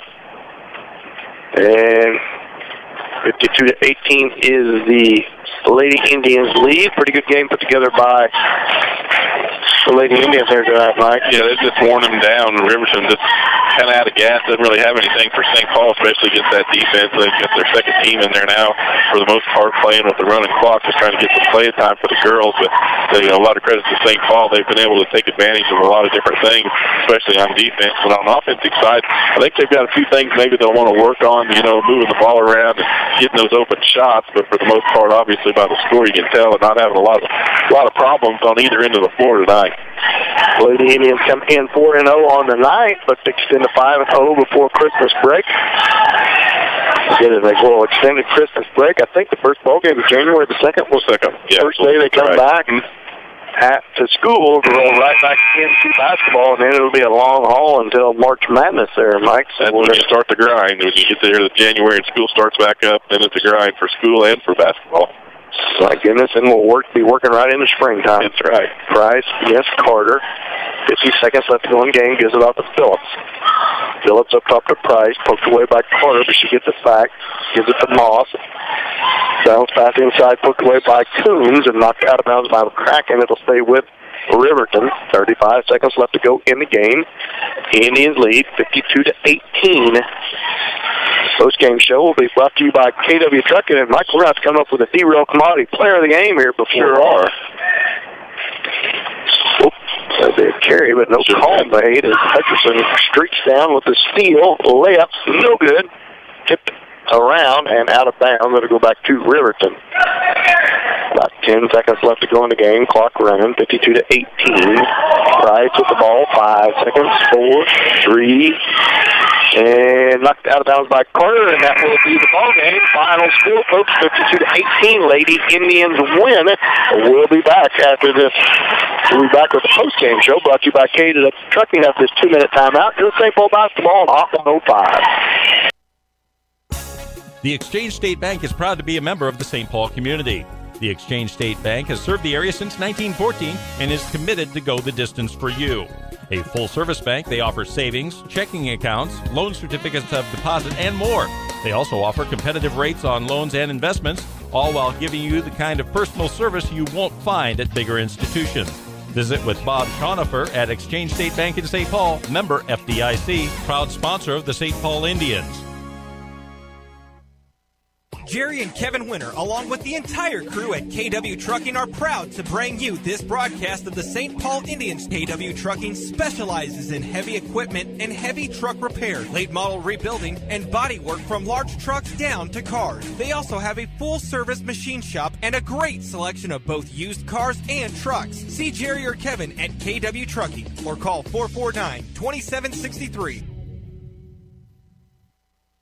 Prairie Mission Retirement Village in St. Paul provides services to people in their retirement years. Prairie Mission meets a wide range of needs from healthcare to assisted living and independent living apartments to elderly daycare services, including transportation. With our 7 to 7 dining, residents get up when they desire, eat when and what they want, and continue to live a full and happy life. Your family deserves the best in retirement care, so give Prairie Mission Retirement Village a call today for more information at 620-449-2400 or visit them at 242 Carroll Street in St. Paul. Hi, I'm Kendall Gammon. You may know me as a Kansas City Chief, but I'm also a proud graduate of Pittsburg State University. Pittsburg State offers more than 200 degree programs, small class sizes, and tuition so affordable it earned Pittsburg State a top 10 ranking on Washington Monthly's Collegiate Best Bang for Your Buck list. But don't take my word for it. Visit Pittsburg State and see why there's nothing like being a gorilla. Learn more at pittstate.edu/BA-gorilla. St. Paul Tire and Lube, locally owned and operated, offers the small town convenience you love without the big city prices. They offer free pickup and drop off in St. Paul, so you're not left stranded while your vehicle is in the shop. They offer tire repair and also offer oil change and new tires. When you find yourself in need of new tires or an oil change and need to keep going, visit with St. Paul Tire and Lube, 620-449-2323. St. Paul Tire and Lube, proud supporters of the St. Paul Indians. Exchange Insurance Agency is a proud supporter of the St. Paul Indians. Give us a call, visit our website, or stop in to let us do the comparison shopping for you and get a free no-obligation quote. Offering all types of insurance, including auto, motorcycle, home, farm, crop, watercraft, life, and health, Medicare supplements, and all lines of commercial or business insurance. Serving the 4-state area since 1964, Exchange Insurance in St. Paul is here to provide you with what you need, want, and should expect from your insurance agency. When the lights come up on Friday and Saturday nights at high schools and colleges across the region, it's often on a field built by Crossland Construction. Many Crossland employees played on those fields and were educated in the schools that are thriving parts of our communities today. Crossland is a proud supporter of area athletics and urges you to be a part of your local school community. Many of the athletes playing today may help Crossland build across our region in the future. Check out career opportunities at crossland.com. Crossland Construction, build you. Let's get back to the game on your home for St. Paul Indian Sports. Hot 105. Welcome back to Billy Fager Fieldhouse as Miss Merry Christmas is underway here. St. Paul Tire and Loop halftime show. Lady Indians come out with a 52-18 victory. Excuse me. Kylie Kennedy and Anthony Albert for Anthony Albertini. Anthony Shetler. Kylie, active in her high school career with cross country and track. All good kids here, Mike, well deserving of every one of them. Anthony Shetler, he's a pretty good guitar picker. Of his own right. Lauren Richard Burke, cheerleader and active in student council and all activities. Escorted by Quentin Kramer, the son of Brian and Shannon Shadley. The last would be Maddie Stone King, also cheerleading. FBLA, FFA. I guess I could read what all they're involved in instead of just skimming it. Dalton Turner is the son of Jennifer Turner and Lake Michael Turner. Dalton Hoyd right up to 5 Mike, one of them. Yep, Dalton Hoyd is up here filming the games. Filming for the coaches every football game, every basketball game, just real dedicated in his own right to helping the athletic teams by filming for everyone. So, pretty good game put together by the Lady Indians. Come out with 52-18, led off their good, aggressive man-to-man defense, and the physical play of the ball game kind of worked in the Indians' benefit, in my opinion. Not that it was ugly by any stretch of the imagination, just not a whole lot of ticky-tacky fouls. Right. And the Indians put together a nice game tonight, come out with a good 52-18, good way to finish off before Christmas break. Just a couple days of schools left, Monday and Tuesday, and then we'll extend the Christmas break. Yeah, kind of nice to watch the girls get a chance to play here. I think they're just now announcing Madeline Stone King, Anthony Shetler is the Miss Merry Christmas King and Queen. So we're going to get that crown. We still got 15 minutes on the clock as the girls team and the boys both sitting on the bleachers Hey, Ganthy gets a little Santa Claus hat to wear. Get the Santa Claus hat. And Stone Candy trying to get it all tucked in, and we'll see how Anthony does putting her crown on. She has to. Anthony's kind of built like me, a little short to the ground, but I didn't like that. You know, it's kind of neat to watch them do it. You know, the Miss Merry Christmas crowning, it's nice to have something like that at Christmas time, and then they'll have Homecoming Queen again. So actually two royalty courts, I guess you call them, in the basketball season, and then you got the football king and queen and a lot of extracurricular type things going on, so it's always fun to watch that stuff. Well, let's stick around here for the rest of our post-game show, as well as we'll start our pregame show. Back to the Richie's pregame show for the boys' game as they finish up the picture taken for Miss Merry Christmas. When we come back on the next break, Mike will have final game stats. We'll kick around the stats for the girls' game, talk about break, Miss Merry Christmas, and the boys' game coming up. So thanks for listening to our KW Trucking post-game show. We'll be back after this 2-minute timeout for the St. Paul basketball on Hot 105. You and your family deserve the highest level of quality care. Whether a minor sprain or a major injury, our nationally ranked orthopedics and joint replacement program will get you back in the game, on the dance floor, or on the walking trail in a matter of days, not months. For more information, visit our website at www.labettehealth.com. At Labette Health, we center around you.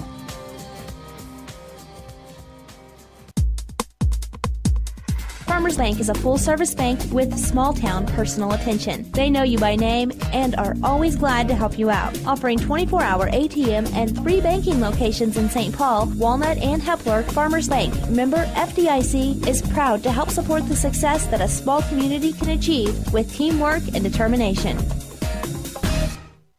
We're asking for a healthy community, new friendships, and more ways to meet your needs for Christmas this year. As your local hometown pharmacy, we're simply hoping we can help make your holidays less stressed. Download the Richie's Drugstore app on your smartphone today for convenient refills, reminders, coupons, and more. Then stop in to receive your free gift while supplies last as our thank you for downloading our app and choosing Richie's. Wishing you a very Merry Christmas and a happy, healthy New Year from all of us at Richie's Drugstore in Erie. The Exchange State Bank is proud to be a member of the St. Paul community. The Exchange State Bank has served the area since 1914 and is committed to go the distance for you. A full-service bank, they offer savings, checking accounts, loan certificates of deposit, and more. They also offer competitive rates on loans and investments, all while giving you the kind of personal service you won't find at bigger institutions. Visit with Bob Schonifer at Exchange State Bank in St. Paul, member FDIC, proud sponsor of the St. Paul Indians. Jerry and Kevin Winter, along with the entire crew at KW Trucking, are proud to bring you this broadcast of the St. Paul Indians. KW Trucking specializes in heavy equipment and heavy truck repair, late model rebuilding, and body work from large trucks down to cars. They also have a full-service machine shop and a great selection of both used cars and trucks. See Jerry or Kevin at KW Trucking or call 449-2763. Prairie Mission Retirement Village in St. Paul provides services to people in their retirement years. Prairie Mission meets a wide range of needs from healthcare to assisted living and independent living apartments to elderly daycare services, including transportation. With our 7 to 7 dining, residents get up when they desire, eat when and what they want, and continue to live a full and happy life. Your family deserves the best in retirement care, so give Prairie Mission Retirement Village a call today for more information at 620-449-2400. Or visit them at 242 Carroll Street in St. Paul. Let's get back to the game on your home for St. Paul Indian Sports. Hot 105. Welcome back to Billy Fager Fieldhouse, where the Lady Indians come out victorious 52-18 and come out with a nice victory for their last game before Christmas break. Mike, what do you got for first half stats? Yeah, well, I'll give you the whole game stats. How about that? What did I say? First half. So that's all right. First game stats. I'm trying to multitask here. I'm doing a very good job of it. Busy over there. I'll try to take the pressure off of you a little bit. I'll run them down as well as I can here. I think I can do a better job on the boys' game, but this is the first time I got to use this program, but I got it figured out, I believe.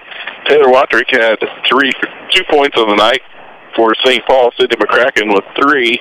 Emily Hutcherson had 6 points and played a lot of good defense. Matter of fact, Emily Hutcherson going to get my vote for the Derail Commodity Player of the Game, simply for the fact she had her work cut out for her, tried to cover Weaver, who was the main ball handler for Riverton.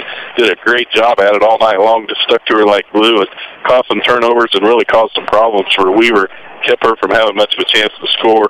That, along with the fact she scored 6 points, so Emily Hutch gets my vote for the Derail Commodity Player of the Game. I will second that. And Sydney Rice, continuing down the list here, Sydney Rice tapped in 11 points, so good night on the overall for Sydney. Had a couple of good steals. She was probably a close second for the player of the game, but like I say, give it to Hutch for that defensive play.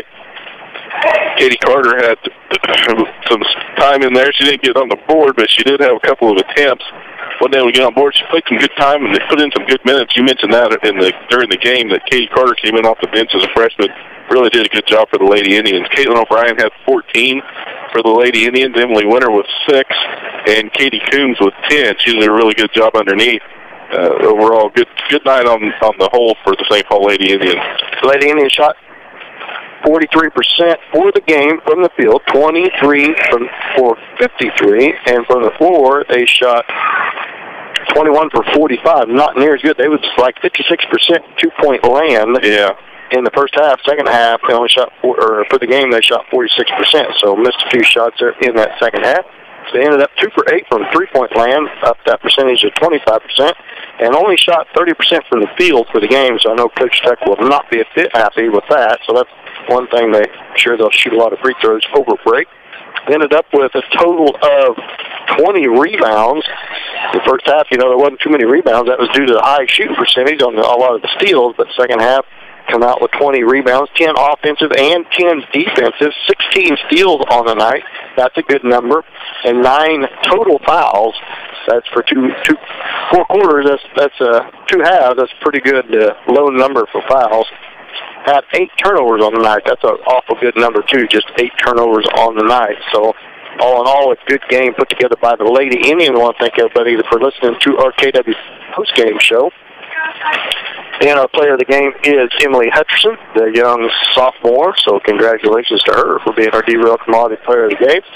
As we work right into our Rich's pregame show, our title sponsor for the night for all activities is Farmers Bank, as both teams are on the floor and warming up. There's about 8 minutes until game time. When we come back, we'll bring you the preview on this game tonight between St. Paul and Riverton. St. Paul comes in 3-1 with their lone loss to Columbus by 1 in the last few seconds of that ball game. So we'll be back after this 2-minute timeout. You're with St. Paul basketball on Hot 105.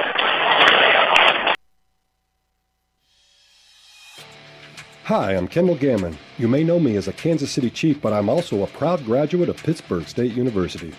Pittsburg State offers more than 200 degree programs, small class sizes, and tuition so affordable, it earned Pittsburg State a top 10 ranking on Washington Monthly's Collegiate Best Bang for Your Buck list. But don't take my word for it. Visit Pittsburg State and see why there's nothing like being a gorilla. Learn more at pittstate.edu/BAGorilla. St. Paul Tire and Lube, locally owned and operated, offers the small town convenience you love without the big city prices. They offer free pickup and drop off in St. Paul, so you're not left stranded while your vehicle is in the shop. They offer tire repair and also offer oil change and new tires. When you find yourself in need of new tires or an oil change and need to keep going, visit with St. Paul Tire and Lube, 620-449-2323. St. Paul Tire and Lube, proud supporters of the St. Paul Indians. Exchange Insurance Agency is a proud supporter of the St. Paul Indians. Give us a call, visit our website, or stop in to let us do the comparison shopping for you and get a free no-obligation quote. Offering all types of insurance, including auto, motorcycle, home, farm, crop, watercraft, life, and health, Medicare supplements, and all lines of commercial or business insurance. Serving the 4-state area since 1964, Exchange Insurance in St. Paul is here to provide you with what you need, want, and should expect from your insurance agency. When the lights come up on Friday and Saturday nights at high schools and colleges across the region, it's often on a field built by Crossland Construction. Many Crossland employees played on those fields and were educated in the schools that are thriving parts of our communities today. Crossland is a proud supporter of area athletics and urges you to be a part of your local school community. Many of the athletes playing today may help Crossland build across our region in the future. Check out career opportunities at Crossland.com. Crossland Construction, build you. Let's get back to the game on your home for St. Paul Indian Sports. Hot 105. Welcome back to our Richie's pregame show here before tonight's final stanza of the night between St. Paul and Riverton as the boys finish their warm-ups. Look for a good matchup here between St. Paul and Riverton. St. Paul just one loss on the field. Had a good game Tuesday night at Uniontown. They get a pretty good Uniontown team. First half played a man-to-man defense. Second half, they made an adjustment at halftime. Coach Walker with a nice adjustment at halftime. Put to a box and one on Ben George from Uniontown, their major scorer, and it worked a lot better. They made, although Luke George, his little brother, kind of came to life, ended up in double digits on the night, but that seemed to work a little better on defensively for the Indians, and was up to as many as about a 14-point lead. I think it ended up being a 6 or 8 point ball game down the stretch, but either way, pretty good game put together by the boys. The boys' games so far, sometimes they get to going a little bit, in my eyes, and just going to get to going a little bit too fast and get to push the ball up and down the floor a little bit too much. Get a few turnovers, need to learn to play with the lead a little bit better. That's one of the things that happened against Columbus is with 4 minutes to go, they had a 14-point lead, and the Indian boys are not scared to shoot if they're open, and that's kind of a detriment if you're coming down the stretch and you can't make a shot, which they couldn't, and kept giving the ball back to Columbus. Columbus kept giving them credit, kept chipping away and chipping away. It's not so much of the turnovers, it's the Indians that when they're open and they shoot, and there's nobody down there to get a rebound yet. You know, they push the ball down the floor so fast that if they pull up, take a jump shot, nobody else down there. If they miss it, it's one shot done, and the other team comes back down the floor with the basketball. So that seemed to be one of the detriments against Columbus. I'm sure that's something Coach Walter will work on now. What we already talked about a little bit, and we want to remind everyone is the boys start the season just 10 days ago or so and had a maximum of 5 practices because the state championship football game was about a week before that. So they went from playing football cleats to basketball shoes, and they're kind of playing their way into shape. You can kind of tell that the first couple games.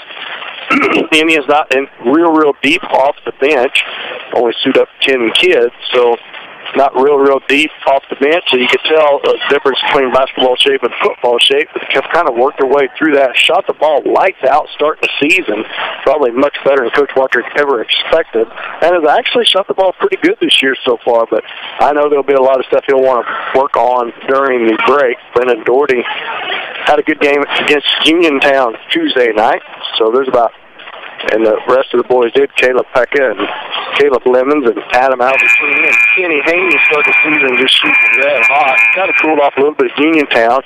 Kind of came to life a little bit in the second half, and that's why you call it a team effort. Easton Dent comes off the bench, logs good minutes, as well as Grant Hutcherson. Also, and then one of the Bradshaw boys also suits up here for the varsity team. I don't see him here tonight, suited up, but he normally does. Maybe he's in the locker. Oh, there he is. Yeah, he's out there. There's about 2 minutes till game time. Mike's finishing up his stat sheet, getting ready for the final game of the night before Christmas break. We're going to be back with starting lineups after this 1 minute timeout. You're listening to St. Paul Indian basketball on Hot 105.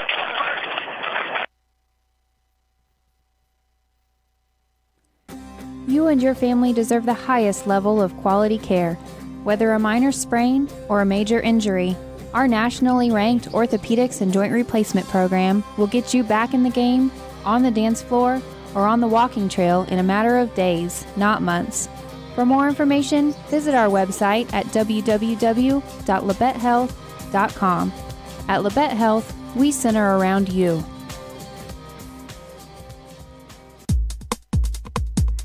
Farmers Bank is a full-service bank with small-town personal attention. They know you by name and are always glad to help you out. Offering 24-hour ATM and 3 banking locations in St. Paul, Walnut, and Hepler, Farmers Bank, member FDIC, is proud to help support the success that a small community can achieve with teamwork and determination.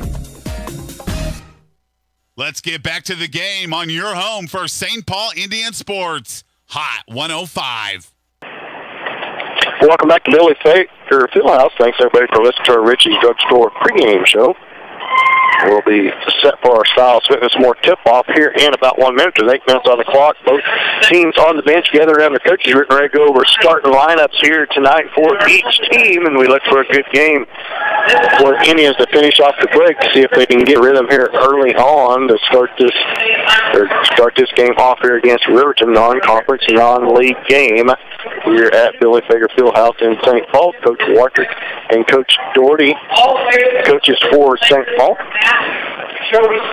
About ready to go, Mike? Yep, I'm ready to go whenever you are. I hope I'm ready to go, too, here. As we get set to get underway as Miss Merry Christmas. A little extended break. That girls game kind of running clock in the fourth quarter kind of helped on this extended break during halftime. Keep us on schedule here. 7:45, so we're in pretty good shape there. Madeline Stone King, congratulations to her, and Anthony Shetler. I keep wanting to say Anthony Albertini. Number 3, Gage Kirby, the senior, gets the start for Riverton and for the Indians. Brendan Norton, the senior, 6'3" senior, will get the start for the Indians. Riverton. Senior. Number 4, Travis Comer. Senior gets a start for Riverton. Lemons, number 3, the sophomore, Caleb Lemons, will get the start for the Indians. Playing good ball to start this year as Lemons and Albertini, both young sophomore guards that kind of split a little time back and forth, doing a real good job as they wait for the senior Braven Bourne to get back, hopefully after break. Coming off that knee injury at the state football game. Number 12, Shockley, Carson Shockley, a junior, gets the start for Riverton. Number 4, Caleb Pekka. Pekka playing good. Gets the start for the Indians. Caleb works real hard on the basket for his side. Gets a lot of rebounds for the Indians. Yeah, Pekka's done a good job for the Indians all season long so far. Oh my, that's what I was waiting to see what you did, Dan. Number 13 for Riverton is Tyler Zustiak. He's a junior. Get him here from last year, I think. Kenny Haney, number 23, gets the start. 6'3" for the Indians. Zustiak. I want to practice that one a little bit. Maybe I'll just say number 13, but last but not least, number 34, Lansford. Bailey Lansford gets the start, and last but not least for the Indians, all-state lineman Anthony Albertini, the senior, gets the start for the Indians. Nice crowd on hand. Nice crowd on hand tonight for Miss Merry Christmas. Parents and grandparents all show up to support the kids. And we have 8 minutes on the clock. Both teams taking the court as we're fixing to get underway here. What the Indians going to have to do to win this game, Mike? Well, I think you have to tell me score more points than the other team, right? Well, I was going to do that. I'm going to catch a little slack. I won't go that easy or that hard. I need to tell you they just need to outscore the other team. But they do need to work on some of the things that they got started against Uniontown the other night. The ball control offense, I think, is one of the things they really need to try to improve on and keep that working for them, because they did a really good job of that the second half the other night. Our Styles Fitness and More tip-off is controlled by Kenny Haney. Tips it back to Albertini, who gives it off to Pekka. Zuziak picks up Pekka. Now Doherty with the basketball. Doherty's guarded by Kirby. Shot on its way, no good. Tipped around, controlled by Riverton. That is Shockley with the basketball. Picked up out there by Lemons. It's off to Zuziak. Now off to number 4, Comer. Comer, 10-foot jump shot off the bank. Good. He gets Riverton on the board and a hit, 2-0. Doherty feeds it off to Lemons. Lemons guarded by Comer. Now he backs off. Now he drives towards the baseline. In between the legs, hands off to Doherty. Tight man-to-man defense applied by Riverton. Screen set by Albertini. Doherty dribbles top the key behind the back. Now gives it off to Haney. Long three-point shot by Doherty. In and out, no good. Rebound, Riverton. I knew Doherty was going to take that shot if they give it to him from way outside. Comer now corner three-pointer for Riverton's long, no good. Push from behind. No call made. Haney comes out of there with it, feeds it ahead to Pekka, and that's going to be a foul on number 4. First on Riverton, first on Comer, the senior. 2-0 lead for Riverton. 6:50 left to go here in the first quarter, just underway. As Pekka with the basketball. Backdoor feed. Almost went in, trying to get... I hate how you score that one. And went off the rim. Well, I'd have to call it a shot attempt. Yeah, from out of bounds, I guess. Zuziak with the ball, feeds it back up top over the left wing to Comer. Now inside to Lansford. Lansford trying to make room. Hook shot, good. Doherty all the way back down. Left-handed layup. Good. Doherty streaks down the floor. Riverton don't get back. And he cuts the lead to 2. The Riverton leads 4-2. Zuziak with the ball. Left wing. Drive down towards the baseline. And it's blocked. Doherty comes out of there with it. I think Haney was in on that block. Doherty back down. Feeds it to Pekka. Pekka at the left wing. Chipped away and stolen by Zuziak. Zuziak feeds it ahead to Comer. Layup. Good. That's Kirby, number 3. Stand corrected. Doherty with all the way back to the rim. Feeds it to Albertini. Shot good. Good feed from Doherty to Albertini. Albertini on the right block puts that away. 6-4. Riverton leads by 2. Kirby comes back down, guarded by Pekka. No, that's Zuziak. Excuse me. Almost hooked away by Pekka. Zuziak picks it up, feeds it back to Kirby. Now back over to Comer. Now feed inside to Lansford. Beats Albertini, and he gets it to go. Lemons back 8-4. Riverton leads. Lemons with the basketball up above the timeline. Screen set out there by Pekka. Lemons drives towards the baseline. Spins away, all the way to the rim. Lansford skips it away and feeds it back to Zuziak. Feed down ahead to Shockley. Shockley towards the free throw line. Back to Shockley. 3-point shot by him. In and out. No good. Rebound. Pekka. Pekka pushes the ball back down the floor. Pulls it up by the timeline.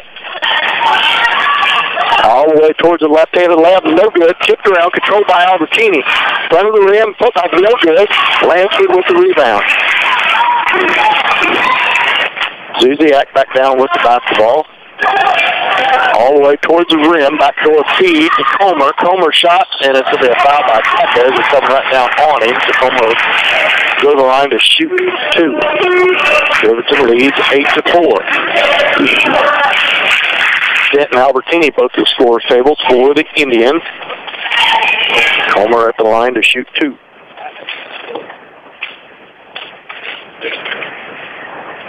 First shot on its way and good. As Anthony Albertini and Caleb Lemons come out. And Dent and Adam Albertini come in. 9-4. Riverton up by 5. Comer settles in for a second shot. On its way and right through there and good. So comes in for Riverton. That's Brown, number 30. Albertini feeds it back to Pekka. Pekka picked up by Zuziak. Pekka goes in toward the lane, kicks out to Albertini. 15-foot jump shot off the bank. Good by Albertini. That's the lead to 10-6. Riverton up by 4. Zuziak picked up below the timeline by Pekka. Brown now feeds it back to Johnson. Johnson in the game first time for Riverton. Johnson over to the left wing, down to baseline, turnaround hook shot. This is the go. Tough shot put up there in there by Shockley. Becker right back down with the basketball, right wing. Riverton leads 12-6. Doherty with the ball in his hand. Goes in to the charge on Doherty. Takes the charge. And shows upon the Indian. It's going to be a foul on Doherty. 12-6. Riverton up by 6. Zuziak with the basketball.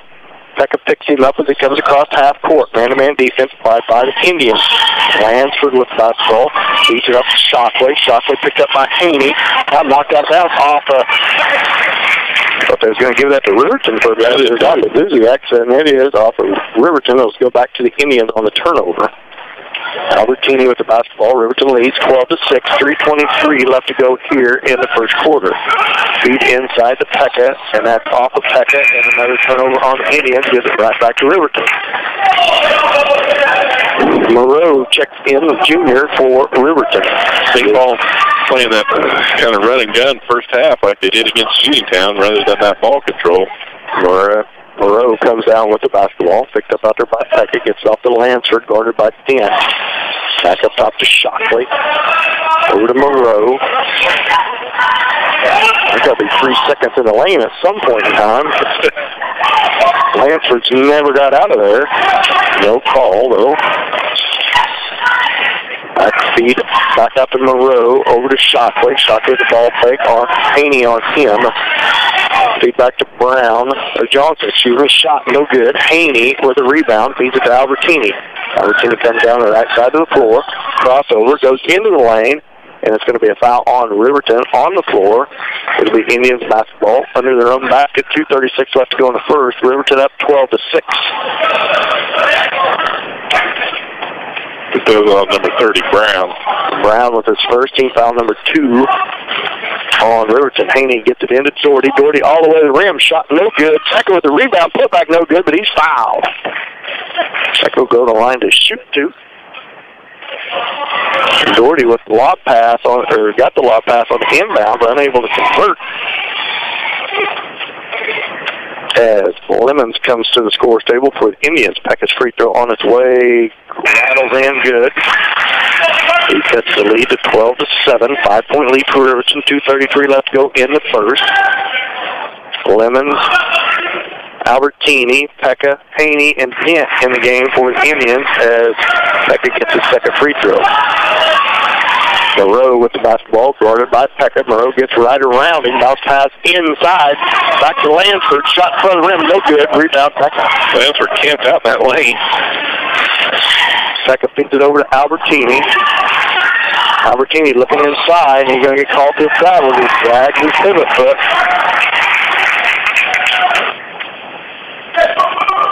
Turnover on the Indians. They're not going to be able to, ill afford turnovers in this game. Moreau with the basketball, almost carried it. Feeds it back to Johnson. Johnson top the key against Haney. Feeds it over to Brown. Brown ends up on the floor trying to retrieve it. Guarded by Albertini. Back to Johnson. Johnson to Shockley. Shockley guarded by Lemons into the lane from the free throw line. Blocked out of bounds by Lemons. It'll stay with Riverton. That was a good block from behind by Lemons. Just reach over the top of his head, poke the ball out of his hand. Out of bounds on the Indians. It'll stay with Riverton. Brown set to put the ball in play for Riverton. Feeds it to Shockley. Shockley to Moreau. Shot, 3-point shot from the left baseline. No good. Rebound. Riverton. Put back and blocked by Haney. As if the Indians just go straight up, they won't call that. Pekka and Haney both slap them right in the head. Yeah. So I don't know what you expect not to get out of that. There's the first foul on Kenny Haney. Third team foul on the Indians. Riverton leads by 4. But Johnson is at the free throw line to shoot 2, and he misses the first. In and out. Doherty comes in for Caleb Pekka.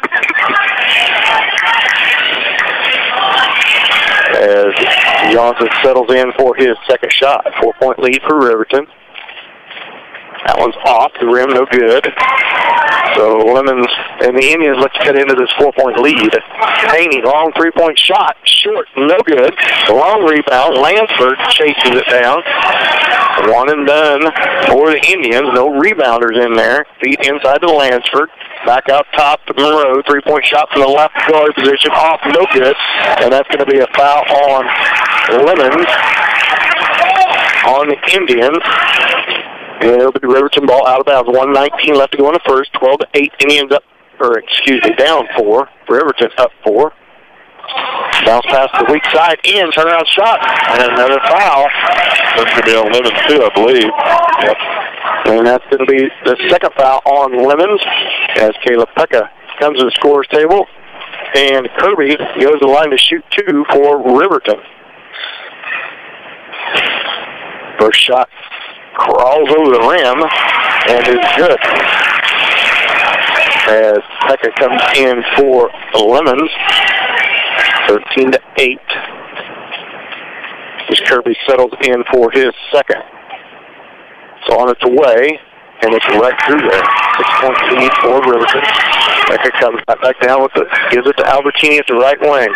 Looking at Dent on the inside at the post. Now he drives into the lane. A little short jump shot. Good off the bank. Adam Albertini with the floater from the right block. Gets it to go. 14-10. 4-point lead for Riverton, and Moreau with the basketball. Gives it to Kirby over to Shockley. Or Johnson, excuse me. Brown with it. Gives it to Moreau. And that's going to be a travel out top by Johnson, the sophomore. Comer checks back into the ball game. Riverton pretty deep off the bench, so look for that to be a factor here in the second half. Pekka up above the timeline, guarded by Moreau, feeds it out to Albertini. 3-point shot from the right baseline, way short. Pekka with the rebound and a putback. There's Caleb Pekka. He gave that up to Albertini and hustled right in there because he knew Albertini was open. Picked up that rebound. Shot was short. And it's a 2-point ball game. Indians down by 2. Shot by Kirby. Long, no good. Rebound tipped around, controlled by Haney. Haney pushes the ball back down the floor. 4-on-3. Gives it to Pekka. Pekka tries to feed it inside. Haney with it. Shot no good. Haney misses it. Gets his own rebound. Flip back. No good, but he's fouled. Good effort there by Kenny Haney. That pass by Pekka happened to be tipped away, and Haney ended up with it. Had a good couple shots at it as Grant Hutcherson comes to the scorer's table. As Zuziak and Shockley come back to the scorer's table for Riverton. Haney shot off, no good. 14-12, 7.4 seconds left to go here in the first. Indians down 2. Haney looking to cut this to a 1-point lead on the second free throw. It's on its way and long, no good. Rebound tipped around. Easton Dent with it. Put back, no good. Rebound Riverton. Which is down the floor. 1 second. That's going to be in the first. No shot. Indians had every opportunity to get the lead or tie the game there and get it done. Easton Dent with the offensive rebound off a free throw. Couldn't get it to go right in front of the rim. We'll be back after this 30-second time. Let's St. Paul basketball, Hot 105. When the lights come up on Friday and Saturday nights at high schools and colleges across the region, it's often on a field built by Crossland Construction. Many Crossland employees played on those fields and were educated in the schools that are thriving parts of our communities today. Crossland is a proud supporter of area athletics and urges you to be a part of your local school community. Many of the athletes playing today may help Crossland build across our region in the future. Check out career opportunities at Crossland.com. Crossland Construction, build you. Let's get back to the game on your home for St. Paul Indian Sports. Hot 105. Well, welcome back to the St. Paul Supermarket timeout here. First quarter score 14-12. Riverton up 2 after 1. You know, the score doesn't show it. 2 points down, not too bad considering. I mean, I feel like St. Paul's playing a little loose and sloppy here in the first quarter. I'd like to see them clean that up a little bit. It seems like they're a little bit out of control and not really planning their shots, just taking them as they come. Riverton will start with possession. Zuziak feeds the ball back into Comer. Double screens up top to Key. Comer to the right. Now back to the left. Off his head. And tipped away by Doherty. Doherty down to the left-handed layup. No good as he missed over the top. No foul called. A lot of contact. And Doherty's got to get over it because they're not calling fouls. And Haney blocks that shot. Ball's loose. Zuzak comes out with it. Doherty chases it down again, and this time he's fouled on the floor, and it'll be St. Paul basketball out of bounds. 16 foul on, or 15 foul, on Riverton. St. Paul with possession of the basketball. Wartrick takes Doherty out of the game. Doherty frustrated that he didn't get the call. He's got to keep playing. That's 5 seconds. Turnover on the Indians as Caleb Pekka couldn't get the ball inbounds on a simple sideline inbounds play. Nobody moving. Turnover on the Indians gives it back right back to Riverton. Comer with the basketball. Feeds it over to Shockley. Shockley looks at Lansford inside. Bounce pass into him. Albertini on him. Turnaround shot. Gets the roll. Lansford uses that big body to make him some room and gets it to go. 16-12. 4-point lead for Riverton. Becker comes right back down against Zuziak. Gives it off to Albertini. Albertini's left elbow kicks out to Haney. Haney drives towards the baseline. Spins to the middle lane. A little 10-foot shot. Gets it to go. Good shot by Kenny Haney. Good move as Lemons comes back to scores table. Comer with the basketball. Right wing feeds it inside to Lansford. Bounce pass over to Shockley. Shockley drives towards bounce pass out to Lansford. Bounce shot good. Becker pushes the ball right back down for the Indian. Ends up on the floor. Feeds it back to Lemons. Out to Albertini. To Dent. Dent feeds it to Pekka. Sets a speed 3-point shot. Off. No good. Rebound Riverton. 14-8. Hit Riverton up 4. Shockley inside the shot. No good. Rebound Haney. Up and down the court we go. 100 mile an hour. Feed ahead to Dent. Dent sets his feet. 3-point shot. Left wing. No good. Gets his own rebound. Set by good. Nobody blocked him out. He had a wide open lane right in there and got his own rebound. 2-point game. 18-16. Riverton up 2. Zuziak with the basketball into the lane. Bounce pass over to left baseline. Shockley. Shot up and good.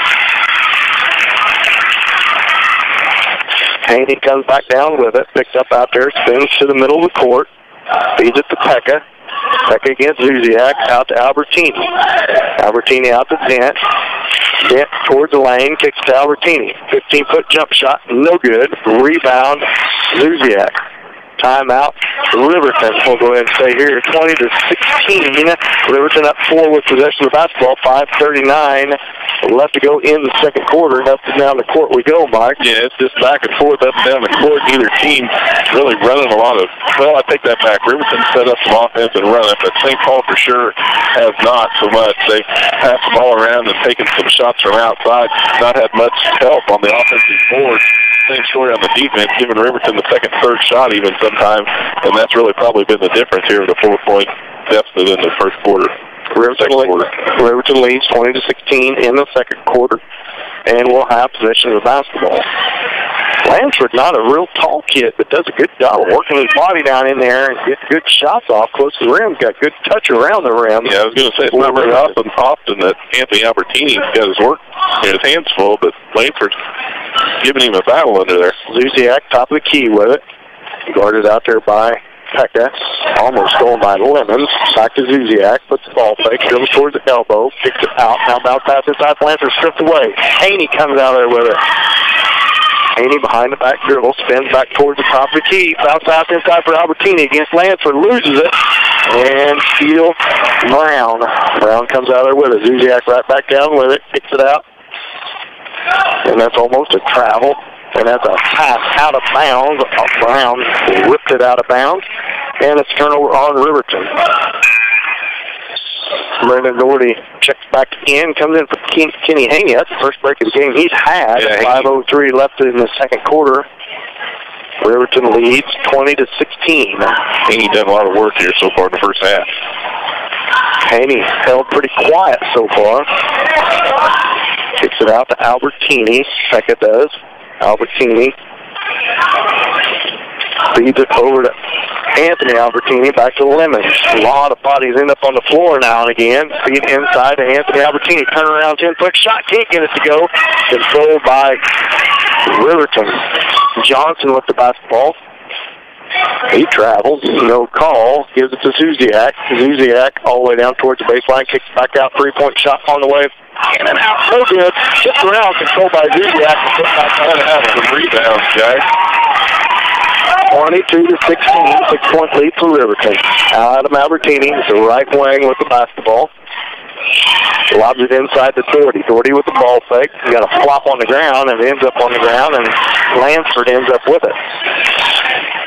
Doherty, Pester, and Zuziak back there. 4 minutes left to go for half. 22-16. Riverton up by 6. Zuziak dribbles towards off Pekka. Tries to feed it back and does. Now stolen away. Doherty breakaway. Left-handed layup. Good. And the foul. Foul on number 22, Johnson. He'll line try to complete the 3-point play. Brennan just needed to keep his head about it. He's relaxed away and let him call the game, and they're going to let him play. He just will get used to it. That's right. At that time, he did get the count and made the layup. He was ahead of Johnson. Johnson hustled down there and did a good job of hustling down there as Grant Hutcherson comes in for Anthony Albertini. 22-18, 4-point lead for Riverton as Doherty comes to the line. Shot on its way short, no good. They call him not shooting well from the free throw line. 4-point lead for Riverton. Shockley with the basketball. Guarded out there by Lemons. Picks up his dribble. Now feeds it inside to Moreau. Now drives into the lane. Shot on its way short, no good. Doherty with the rebound. That shot put up there by Comer. Now Pekka with it. Pekka drives the free throw line, kicks it out to Adam Albertini, back to Doherty. Doherty long three-point shot, left wing's way off, no good. And that's going to be a foul on Lansford. Lansford with the push against Pekka, I believe, and it'll be St. Paul basketball. 22-18, 4-point lead for Riverton. 3:17 left to go here in the second quarter. Riggin checks in the junior for, it's going to be a 1-and-1. That foul is against Hutcherson, so Grant Hutcherson goes to the line to shoot the 1-and-1. 17 foul on Riverton. First on Lansford. Hutcherson settles in. First shot on its way right through there. Just the first foul on Lancer. He's done a lot of hard work underneath the boards with Anthony Albertini. Hutcherson settles in for the second. It's on its way and right through there. As Kenny Haney comes back into the game. As Hutcherson gets in, gets a rebound, gets a foul, and gets 2 points. 22-20. St. Paul down by 2. Shockley with the basketball, feeds it ahead, almost out of bounds. Now it's off its foot, and it stays. It keeps it under control. Back to Johnson. Out to Monroe, three-point shot. Off the rim, no good. Doherty with the rebound. 3:03 left to go before halftime. Doherty feed inside to Pekka. Second turnaround shot, good. 22-22. Monroe right back down for Riverton with the basketball. Tested out there by Caleb Pekka. Feed back to Comer. Comer shot from the right elbow, good. Drains a nice 15-foot jump shot. It's a little bit marked by Moreau on Pekka. That's the stop on Caleb Pekka. And Pekka tried to push the ball down the floor too fast. Moreau tips it away from him, and Pekka fouls. It'll be Riverton basketball under their own rim. Second on Caleb Pekka. 16 foul on the Indians. 24-22. Riverton with a 2-point lead. Possession of the basketball. Johnson with the basketball. Feeds it in to Comer. Now back to Johnson. 3-point shot from the baseline. No good. It tips around, controlled by Haney. Haney feeds it back to Pekka and almost out of bounds. Pekka feeds it to Haney. Now over to Albertini. Adam Albertini. Shot from the left elbow off the back iron. No good. Moreau with the basketball. Ball's on the floor. Pekka comes out of there with it. Takes a shot. And it's going to be a first and second. The first foul. That was a tough call. Could have gone either way, probably. He did come up over the top of this.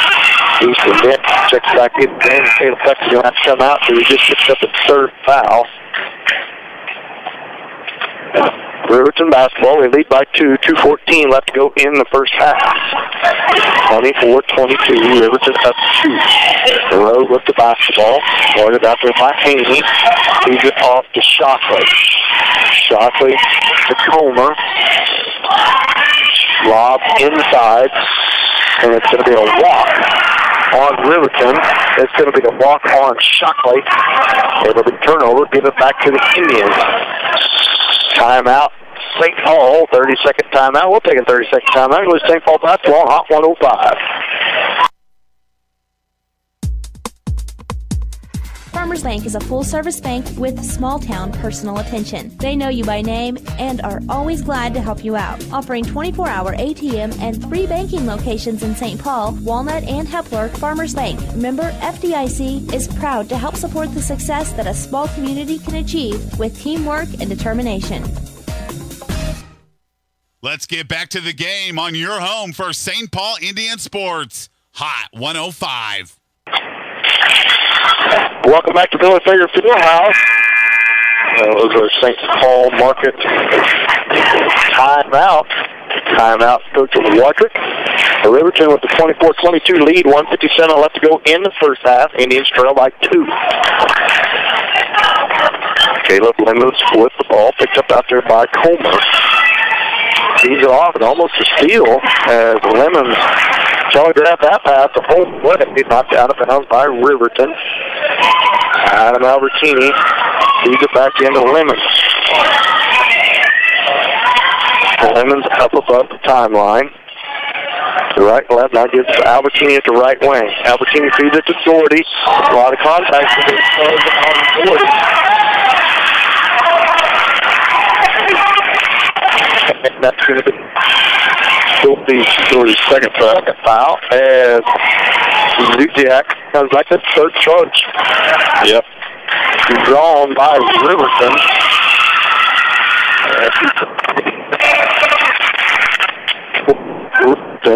Zuziak down with the basketball. 1:30 left to go in the first half. Riverton up by 2.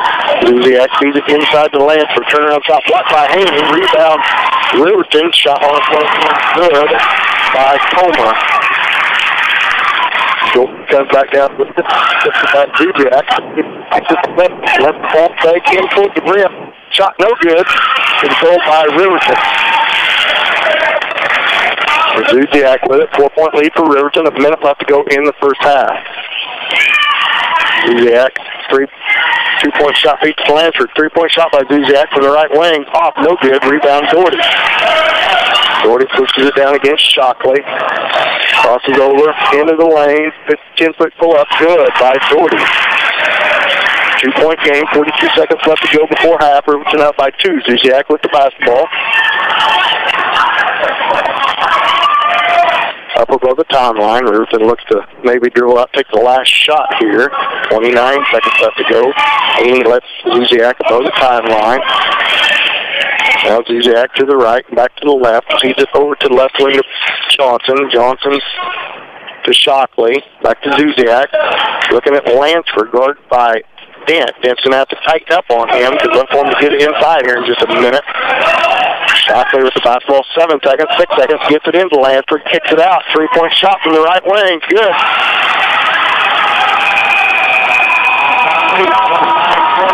5-point lead from Riverton. At halftime, we'll be back after a 2-minute timeout with St. Paul basketball on Hot 105. We're asking for a healthy community, new friendships, and more ways to meet your needs for Christmas this year. As your local hometown pharmacy, we're simply hoping we can help make your holidays less stressed. Download the Richie's Drugstore app on your smartphone today for convenient refills, reminders, coupons, and more. Then stop in to receive your free gift while supplies last as our thank you for downloading our app and choosing Richie's. Wishing you a very Merry Christmas and a happy, healthy New Year from all of us at Richie's Drugstore in Erie. The Exchange State Bank is proud to be a member of the St. Paul community. The Exchange State Bank has served the area since 1914 and is committed to go the distance for you. A full-service bank, they offer savings, checking accounts, loan certificates of deposit, and more. They also offer competitive rates on loans and investments, all while giving you the kind of personal service you won't find at bigger institutions. Visit with Bob Schonifer at Exchange State Bank in St. Paul, member FDIC, proud sponsor of the St. Paul Indians. Jerry and Kevin Winter, along with the entire crew at KW Trucking, are proud to bring you this broadcast of the St. Paul Indians. KW Trucking specializes in heavy equipment and heavy truck repair, late model rebuilding, and body work from large trucks down to cars. They also have a full-service machine shop and a great selection of both used cars and trucks. See Jerry or Kevin at KW Trucking or call 449-2763. Prairie Mission Retirement Village in St. Paul provides services to people in their retirement years. Prairie Mission meets a wide range of needs from healthcare to assisted living and independent living apartments to elderly daycare services, including transportation. With our 7 to 7 dining, residents get up when they desire, eat when and what they want, and continue to live a full and happy life. Your family deserves the best in retirement care, so give Prairie Mission Retirement Village a call today for more information at 620-449-2400. Or visit them at 242 Carroll Street in St. Paul.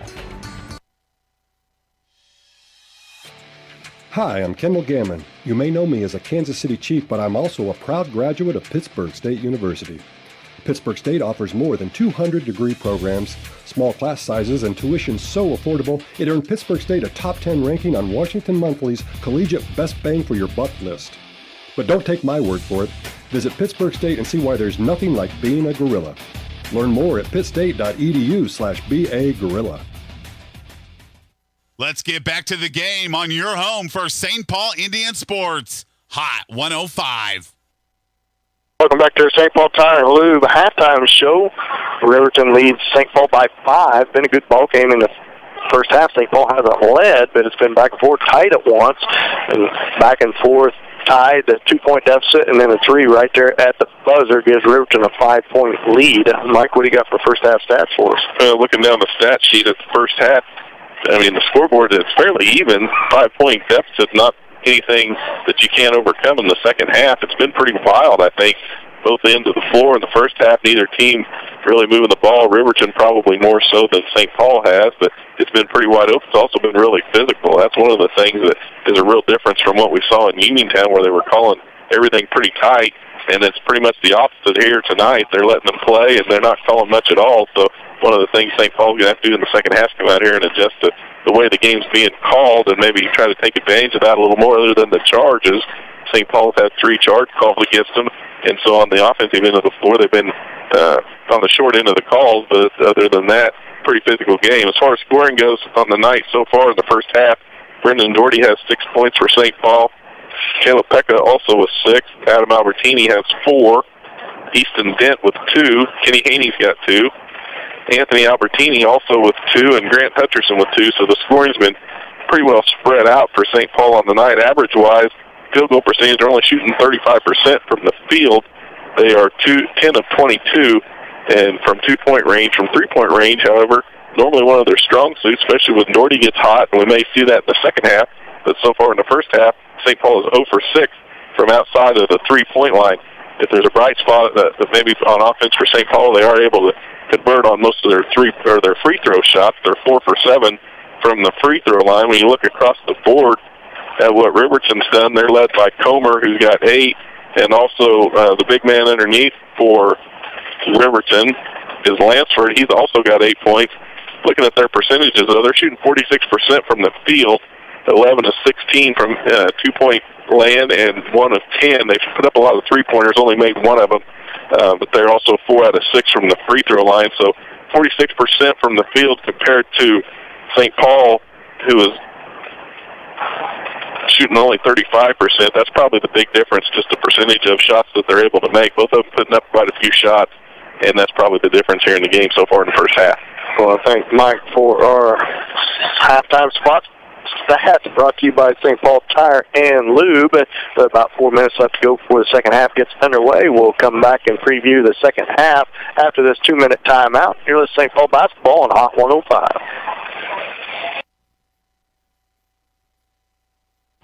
St. Paul Tire and Lube, locally owned and operated, offers the small town convenience you love without the big city prices. They offer free pickup and drop off in St. Paul, so you're not left stranded while your vehicle is in the shop. They offer tire repair and also offer oil change and new tires. When you find yourself in need of new tires or an oil change and need to keep going, visit with St. Paul Tire and Lube, 620-449-2323. St. Paul Tire and Lube, proud supporters of the St. Paul Indians. Exchange Insurance Agency is a proud supporter of the St. Paul Indians. Give us a call, visit our website, or stop in to let us do the comparison shopping for you and get a free no-obligation quote. Offering all types of insurance, including auto, motorcycle, home, farm, crop, watercraft, life, and health, Medicare supplements, and all lines of commercial or business insurance. Serving the 4-state area since 1964, Exchange Insurance in St. Paul is here to provide you with what you need, want, and should expect from your insurance agency.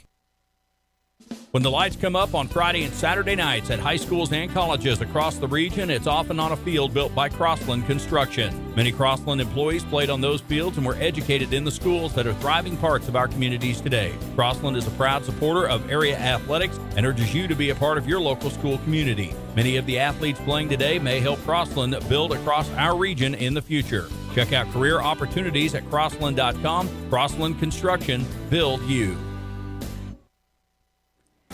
You and your family deserve the highest level of quality care. Whether a minor sprain or a major injury, our nationally ranked orthopedics and joint replacement program will get you back in the game, on the dance floor, or on the walking trail in a matter of days, not months.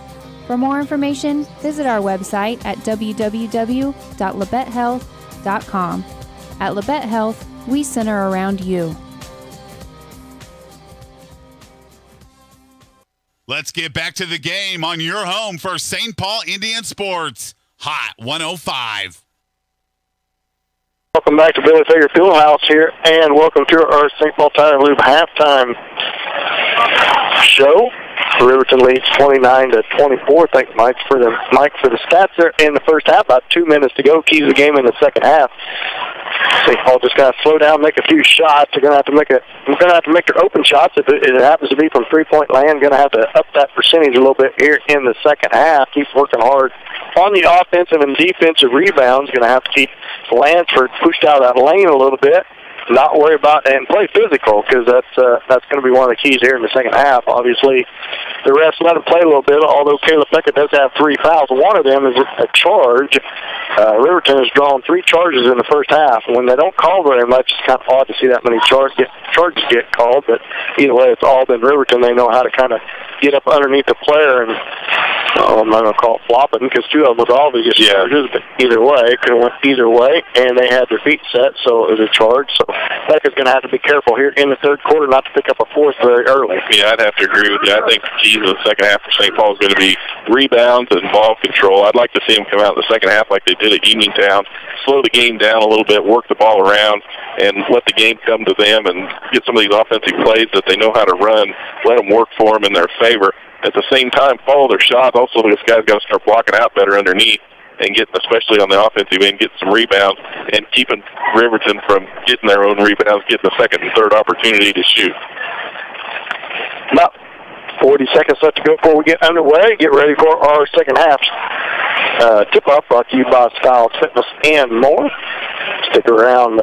2 quarters left for KW Trucking Post Game Show and our D-Rail Commodity Player of the Game. Our title sponsor is Farmers Bank, St. Paul Walnut, and Hess.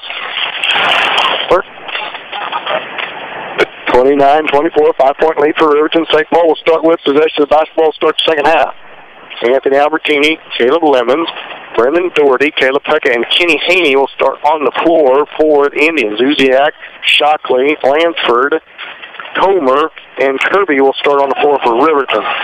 Doherty at the free throw line, feeds it off to Albertini. 10-foot jump shot from the baseline, no good. Haney with the rebound, working hard, gets it out to Lemons. Lemons into the lane, right front of the rim, tries to dump it to Albertini, and turnover against the Indians. Comer right back down with it. Feeds it off to Zuziak, picked up out there by Lemons. Shockley with it, towards the elbow, out to Lansford. He turns around, nobody there, gets it back to Zuziak finally, back into Lansford, spins towards the middle of the floor, turn around, shot baseline out of bounds, as Kirby mobbed when he should have weaved. So Doherty feeds it back into Peck. Turnovers on each team to start this second half. Anthony Albertini had a good look at the basket, just missed the little 10-foot jump shot from the baseline. Doherty with the basketball. After with Comer, 10-foot shot off the rim, no good. Haney with the rebound, put back, no good. Rebound, Riverton. Comer right back down with it. Feeds it out to left wing, back to Comer. 3-point shot for the right wing, off the rim, no good. And it's going to be a foul on Shockley. Tried to strip it out of Haney's hand. Haney's going to have to start heating up. He's done a good job working hard on them rebounds. Just can't get a shot to go in front of the rim. Yeah, that's what I was getting ready to say. They have got some rebounds here to start out the second half. Just haven't been able to put them back and make any points. Caleb Peckett with the basketball, guarded by Zuziak. Up above the timeline, dribbles to the right wing. Haney in there working hard, trying to get position. Corner to Peckett, set his feet, 3-point shot from the baseline, long, no good. The rebound, Lansford. He's ahead to Shockley. Doherty the only one back. So reverse left good. That was a pretty good move by Shockley. Doherty comes back down with it, 31-24, 7-point lead for Riverton. Doherty towards the rim, feeds it out to Lemon, sets his feet, three-point shot off the rim, no good, rebound Riverton. 0 for 8 from three-point land are the Indians, and that should be a charge, and it is against Riverton as Comer pushes off against Lemons. First foul, team foul in the second half, second on Comer, or second team foul on Riverton, first on Comer. 31-24, 7-point lead for Riverton. Pekka with the basketball. Picked up pressure by Zuziak. Drives towards left, right wing, feeds it down to Lemons at the baseline. Gives it to Doherty, guarded by Shockley. Feeds it into Haney. Haney turns the center court, turnaround shot off the back iron, no good. That's going to be a foul on Albertini. Kenny Haney cannot get a shot to go tonight. He started the season shooting red hot, 26 points, I think, in the season. Yeah, I think so. So pretty quiet yet tonight. Just the first foul on Anthony Albertini. Zuziak with the ball. Boy, it's a moving screen on Lansford. Left wing to Shockley, feet inside to Lansford, back to Shockley, three-point shot left wing, off the rim, no good. Caleb Pekka with the rebound. Pekka down to Haney. Haney sets his feet, three-point shot by Haney, in and out, no good. Pekka fights for the rebound, jump ball, that's a good call. And it's going to be Riverton with the possession arrow. They have a 7-point lead. Indians yet to make a shot here in the first 2.5 minutes of this second half. Homer with the basketball, picked up there by Lemons. To the elbow, feeds it to Lansford. Lansford, layup, good. 24, 9-point lead for Riverton. There's a foul on somebody, no call. Pekka with the shot, no good, but he's fouled by Lansford. He'll go to the line to shoot two. Man, Adam Albertini got his head ripped plumb smooth off. So no call. As I didn't catch who was jetting by him, like it took his head clear off. Got it into, kept his composure, got it into Caleb Pekka. He goes to the line to shoot two. He makes the first. 33-25, 8-point lead. Caleb Pekka settles in for a second shot. The ref over here talking to Adam Albertini, and they're both kind of chuckling like, yep, son, we missed that. I think they admitted they missed that one. 5 minutes left to go in the third. 33-26, 7-point lead for Riverton. Shockley with the basketball, right baseline. Lansford up to Zuziak. Zuziak picked up after by Pekka. Feed over to Kirby. Now feed inside to Lansford. Double team. Turnaround shot left hand left. And he's fouled by Haney. And he's going to go to the line to shoot two.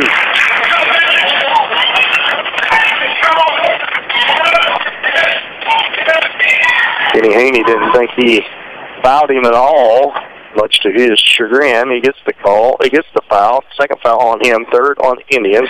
Lansford's first shot up and through there. 34-26, 8-point lead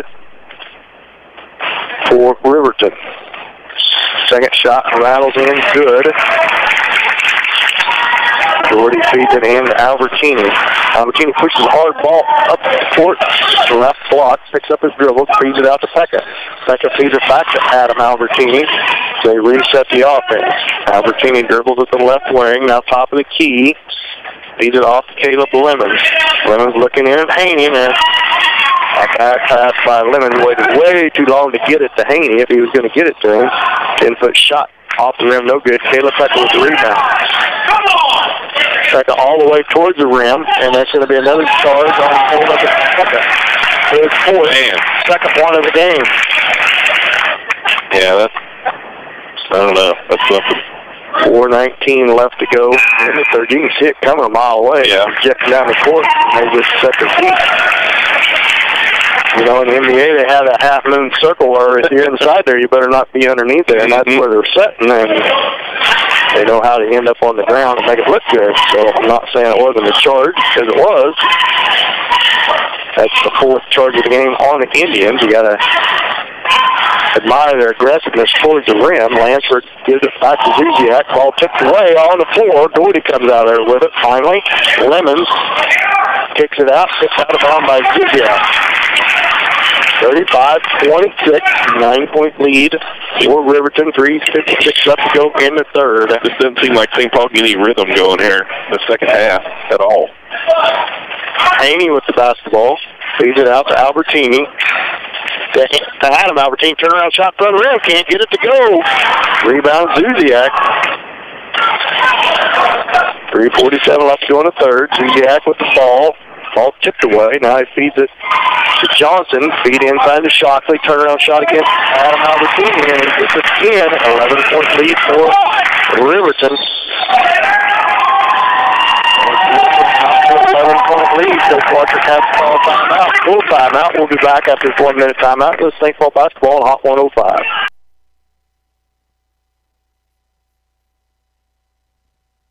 We're asking for a healthy community, new friendships, and more ways to meet your needs for Christmas this year. As your local hometown pharmacy, we're simply hoping we can help make your holidays less stressed. Download the Richie's Drugstore app on your smartphone today for convenient refills, reminders, coupons, and more. Then stop in to receive your free gift while supplies last as our thank you for downloading our app and choosing Richie's. Wishing you a very Merry Christmas and a happy, healthy New Year from all of us at Richie's Drugstore in Erie.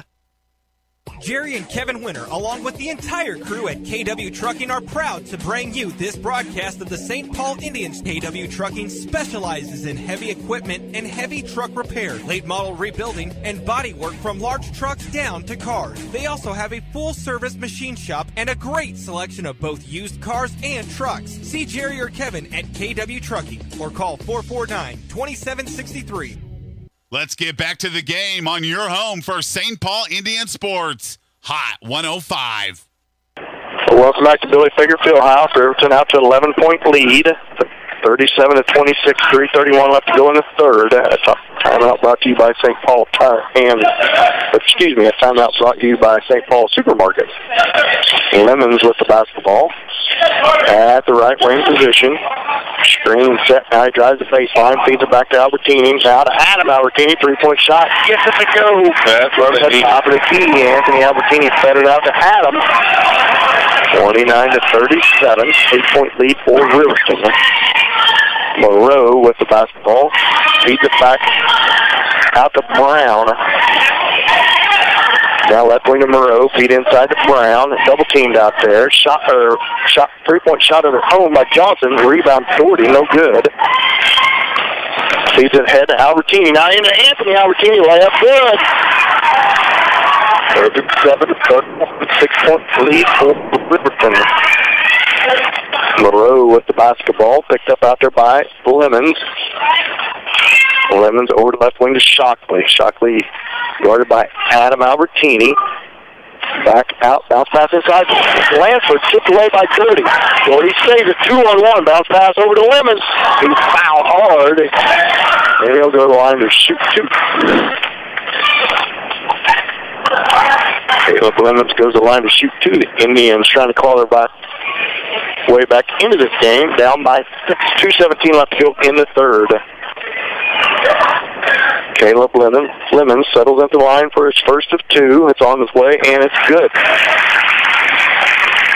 Kirby and Comer both come back into the game. Lansford and Brown check out for Riverton. 2:17 left to go here in the third. Lemons' second shot long, no good. Controlled by Riverton by Kirby. 5-point lead for Riverton. Johnson with the ball, feeds it to Moreau. Now feed inside. Kirby shot short, no good. Adam Albertini with the rebound. Pushes the ball down the left-hand side. Now to the center of the floor. Kicks it out to Lemons. Lemons looking inside behind the back dribble. Kicks it out to Adam Albertini. Cross-court pass to Haney. Haney drives the baseline, spins to the middle, picks up his dribble, gives it back to Lemons, and he's going to walk with the basketball. He didn't get his feet set. Just to be forcing it just a little bit too much. Just need to be patient on offense. Lansford checks right back into the game. 1:49 left to go in the third. 37-32. Riverton up 5. Moreau with the basketball, picked up after by Lemons, feeds it over to Comer. Comer guarded by Doherty, back to Kirby above the timeline, guarded by Haney. And that's Shockley all the way to the rim, poked away and controlled out there by Haney. Haney feeds it off to Doherty. 1:30 left to go in the third. Over to Adam Albertini. Cross-court pass to Haney. Now to Lemons. Three-point shot from the left baseline. Well short. Tipped around. Chased down by Adam Albertini. He's patient here. Haney with a three-point shot. Off the rim. No good. No rebound by Riverton. Pressed down there by Adam Albertini. Feeds it off to Shockley. Shockley pushes the ball. Shot in front of the rim. Off. No good. Doherty with rebound. 1:06 left to go in the third. 37-32. Riverton up 5. Doherty pokes it to Adam Albertini. 57 three-point shot by Adam Albertini. Off the rim. Not even close. No good. Rebound Riverton. Timeout Riverton, as I don't think Riverton's coach is happy with their shot selection. 50 seconds left to go in the third. Riverton with a 5-point lead. 37-32. St. Paul kind of clawed their way back into the game, but unable to make a shot the last 3 or 4 times down the floor. Yeah. Their chances to even get closer here. Unable to do it so far as Kayla Pekka checks in the game with under a minute to go for the third with 4 fouls. Yeah, Pekka's got 4 fouls. St. Paul still within 5. They're hanging around. They just cannot get a shot to fall. They've just, in the second half here, they've really had a hard time getting anything at all to even go in the basket. So 37-32, Riverton up by 5. Comer, Shockley, Lansford, Kirby, and Zuziak in the game for Riverton. 50 seconds left to go in the third. 37-32, Riverton up. Look for Riverton to try to set up something here with 40 seconds left. Shockley feeds it to Zuziak. That's a double dribble. It should have been a double dribble. How is it not? Took 2 dribbles. He lost it himself out of his own hands. Zuziak back with it. The rest missed one there as far as I'm concerned. Coach Electric was hollering too. Feeds it off to Shockley at the right wing. 20 seconds left. Up top to Lansford. 15. Hands it off to Zuziak. Now back to Shockley. Now to Lansford. Over to Kirby. In the corner to Comer. 7 seconds. 6 seconds. Drives into the lane. Jump stop. Layup short. No good. Anthony Albertini with rebound foul on Lansford. Riverton had their look at the basket. Couldn't get it to go. Hutcherson comes to the scorer's table.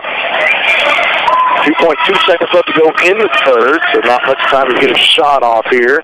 A little focus, full court pressure by Riverton. Well, Riverton really controlled the ball on that possession. They just hung on to it, just what they wanted down there. Albertini with the ball in his hand. 2-1, gets it off at the buzzer, and it's no good. So at the end of 3, 37-32, Riverton up by 5. We'll be back after this 1-minute timeout with St. Paul basketball, Hot 105.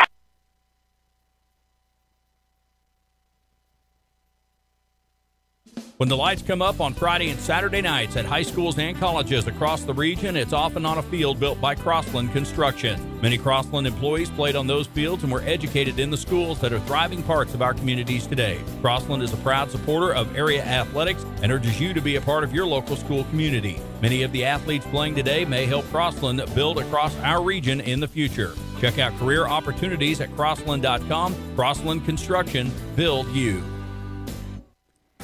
You and your family deserve the highest level of quality care. Whether a minor sprain or a major injury, our nationally ranked orthopedics and joint replacement program will get you back in the game, on the dance floor, or on the walking trail in a matter of days, not months. For more information, visit our website at www.labettehealth.com. At Labette Health, we center around you. Let's get back to the game on your home for St. Paul Indian Sports. Hot 105. So welcome back. Start of the fourth quarter. St. Paul with possession of the basketball. Leads it up top to Doherty. Doherty get inside the fence. Stands on the inside the lane. Blocked. He can go line to shoot 2. Partially blocked by Riggin. He does not like the call. But Dent will go to the line to shoot 2. The junior with the foul. 37-32, Riverton up by 5. Just underway here in the fourth. Dent will go to the line to shoot 2.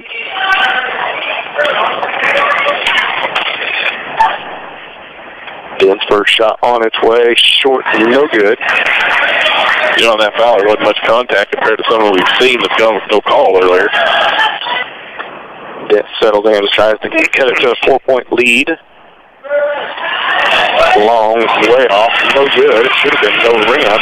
Rebound, Riverton. Comer to Kirby. Kirby, nobody gets on him, and he misses the shot over the top. He's upset with himself.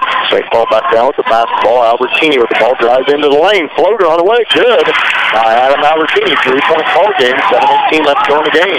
Zuziak with the ball, picked up out there by Pekka. Pekka playing with 4 fouls here. Comer with the basketball. Double teamed out there. Feeds it to Riggin. Now tipped away inside. Stolen out of feet ahead to Caleb Pekka. Pekka with the shot, good. No foul, but it's down there on him again. 1-point ball game. Zuziak back across half court with the basketball. They fall down 1. So it's 7:36, 6:53 left to go. Shockley with the basketball against Kent. Feeds it out to Riggins. Now to Zuziak. Takes the 3. Drives towards the lane. Picked up out there by Haney. Shockley with the ball now. Out Kent on him. Drives towards the free throw line. Gives it to Riggins. Into the lane he goes. Kicks it out to Kirby. Now back to Riggins. Cross-court pass to Shockley. He walks with the basketball. Turnover on him. Gives it back to the Indians. Anthony Albertini comes to the scores table as well for the Indians as well as Lansford and Johnson. St. Paul needs to relax here. Got an opportunity. Get the ball and 1 point behind. They got a chance to take the lead. Pekka feeds it back to Adam Albertini. He's picked up over there by Comer. Albertini drives the free throw line, kicks it out to Anthony Albertini. Now back to Caleb Pekka. Pekka needs to be careful. Floater on the way, no good. Misses it. Rebound, Brown. Johnson for Riverton. Shockley, 3-point shot, left wing. Short, no good. Rebound, Lansford. Put back, good. No box out on Lansford. 3-point lead for Riverton. Haney feeds it ahead to out to Dory. 3-point shot, right wing. Long, no good. Rebound, Homer for Riverton. Gets it up to Zuziak. Over to the right wing to Johnson. Back to Zuziak. 5:46 left to go in the game. 3-point lead for Riverton. The 3-point shooting woes of the Indians continue. Zuziak kicked it up to Shockley. Now up top to Johnson. Over to Comer. Comer into the lane. And it's on the floor, and it's got to be a timeout. Riverton, it could have been 3 seconds. It could have been anything. Could have been a lot of things. Jump ball. Could have been 5:28 left to go here in the ball game. 39-36. Riverton leads by 3. We'll be back after this 30-second timeout with St. Paul basketball. Prairie Mission Retirement Village in St. Paul provides services to people in their retirement years. Prairie Mission meets a wide range of needs from healthcare to assisted living and independent living apartments to elderly daycare services, including transportation. With our 7 to 7 dining, residents get up when they desire, eat when and what they want, and continue to live a full and happy life. Your family deserves the best in retirement care, so give Prairie Mission Retirement Village a call today for more information at 620-449-2400. Or visit them at 242 Carroll Street in St. Paul. Let's get back to the game on your home for St. Paul Indian Sports. Hot 105. Well, welcome back. Coming out of that timeout by Riverton. Riverton basketball, they're up by 3.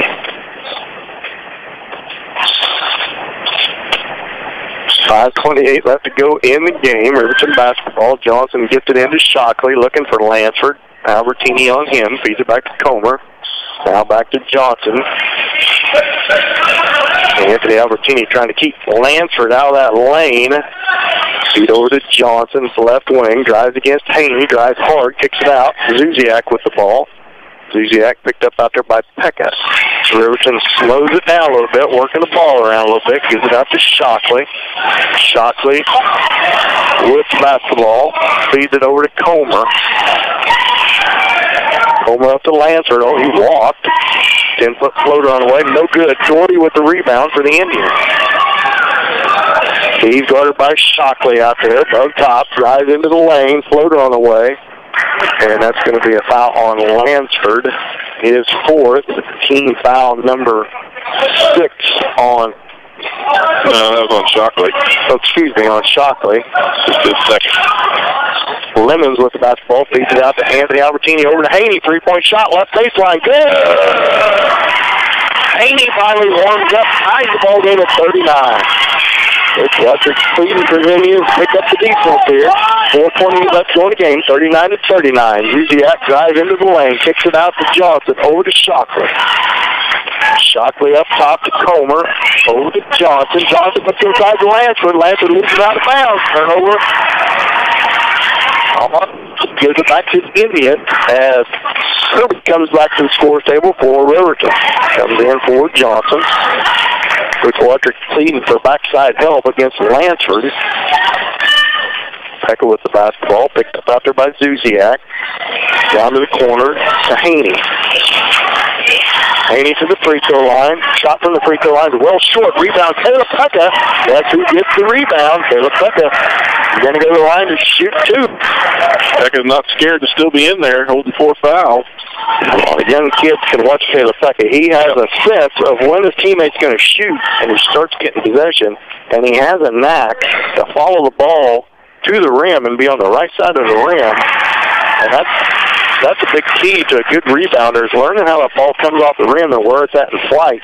He always seems to be right in the right place at the right time, and it's not just a coincidence that it's that way. St. Paul first lead of the game now, too. 2-point lead by the Indians. Caleb Pekka drains both free throws. Zuziak with the basketball. 3:58, a lot of time left. Zuziak almost stolen by Lemon. Comer with the basketball all the way to the rim. Layup good. Leonard went for that steal, didn't get it, left his man alone. It's back to a tie ball game at 41. Pekka with the ball, hands off to Doherty. Doherty to the rim. Left-hand left, not good, but he can go to the line to shoot two. Perfect 6 for 6 from the free throw line tonight, too. Doherty goes to the line to shoot two. 17 foul. Third on Comer. 18 foul, on Riverton, as Jordan misses his first free throw off the back iron. That foul was on Zuziak. Brown comes into the game for Riverton. Doherty lines up for a second free throw, and it's in there. Gives the Indians a 1-point lead, 42-41. 3:41 left to go in the game. Zuziak crosses half court with the basketball, feeds it off left wing to Shockley, guarded by Doherty. Doherty feeds it back to Zuziak, the right wing to Brown. Brown guarded by Haney, now to Lansford, top of the key, feeds it back to Shockley, back to Lansford, over to Brown, back to Shockley, back up top to Zuziak. Zuziak to his left elbow, trying to make some room, gets to Brown, now to Comer, feed inside to Lansford.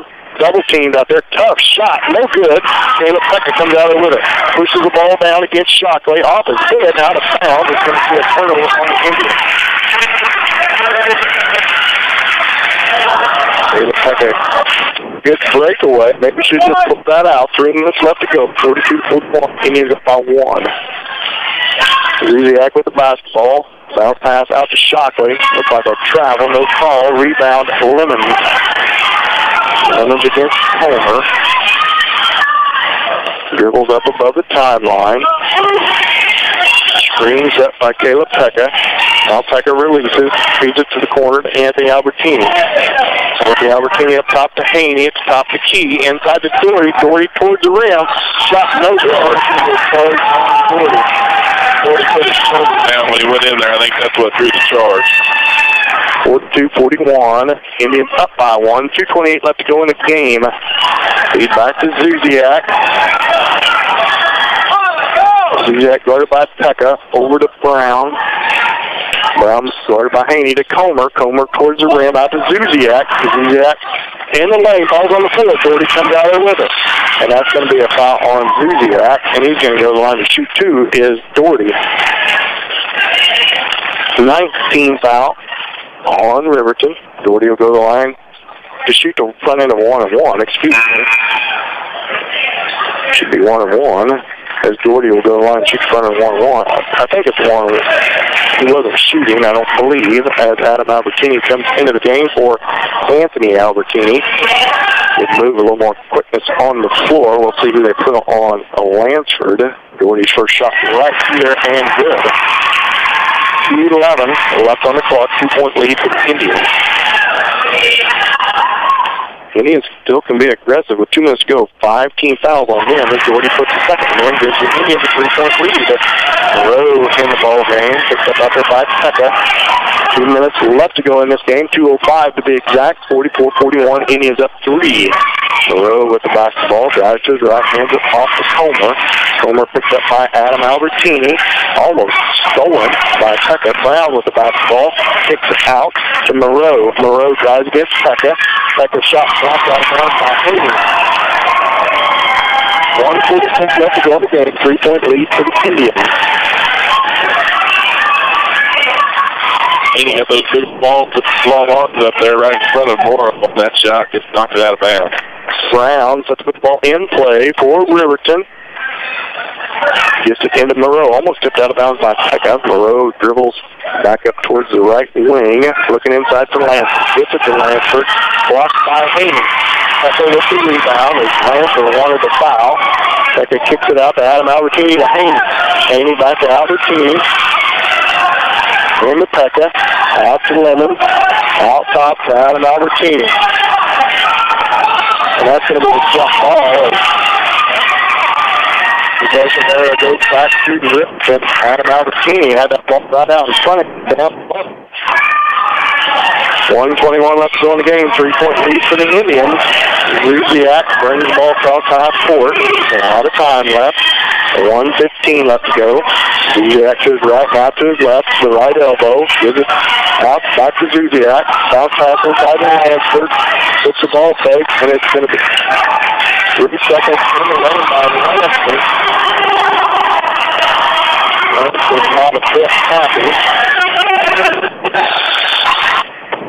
Time out for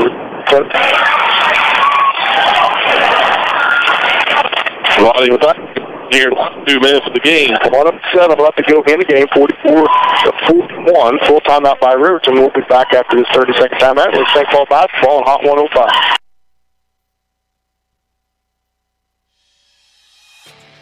Hi, I'm Kendall Gammon. You may know me as a Kansas City Chief, but I'm also a proud graduate of Pittsburg State University.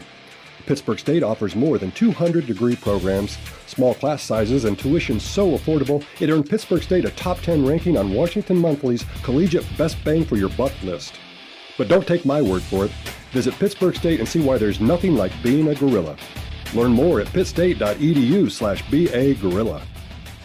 Let's get back to the game on your home for St. Paul Indian Sports. Hot 105. Welcome back. 1:07 left to go. That timeout brought to you by St. Paul Supermarket. St. Paul's basketball, 3-point lead. 1:07 left to go in the game. Feed it into the Lemons. Look for a little Riverton trying to set up a trap. Back to Lemons. Lemons in the corner. Feed it to Doherty. Doherty brought it by Zuziak. Bounce pass up top to Adam Albertini. 50 seconds left to go. Albertini slips through the defenders. Feed it back to Doherty over to Pekka. Picked up by Lansford. And he's going to take care of the basketball here. Doherty above the timeline with it. Against Comer. And a foul on Comer. It's going to send Doherty behind some opponent. So will shoot 2. And that's the 4th on Comer. Doherty lines up for his first as they get everybody set in the lane. 10th team foul on Riverton. Doherty's first shot short, no good. 38.5 left. As Brown checks back into the game for Kirby. It's a big free throw here for Doherty to give him a 4-point lead. He can make it. A lot of time left in the game. 38.5 seconds. Doherty lines up for his second, and it's through there and good. They also got fouls again, just 5-team fouls. Homer picked up out there by Adam Albertini. 33 seconds left to go in the game. Brown leaves it out of bounds on the behind the back dribble.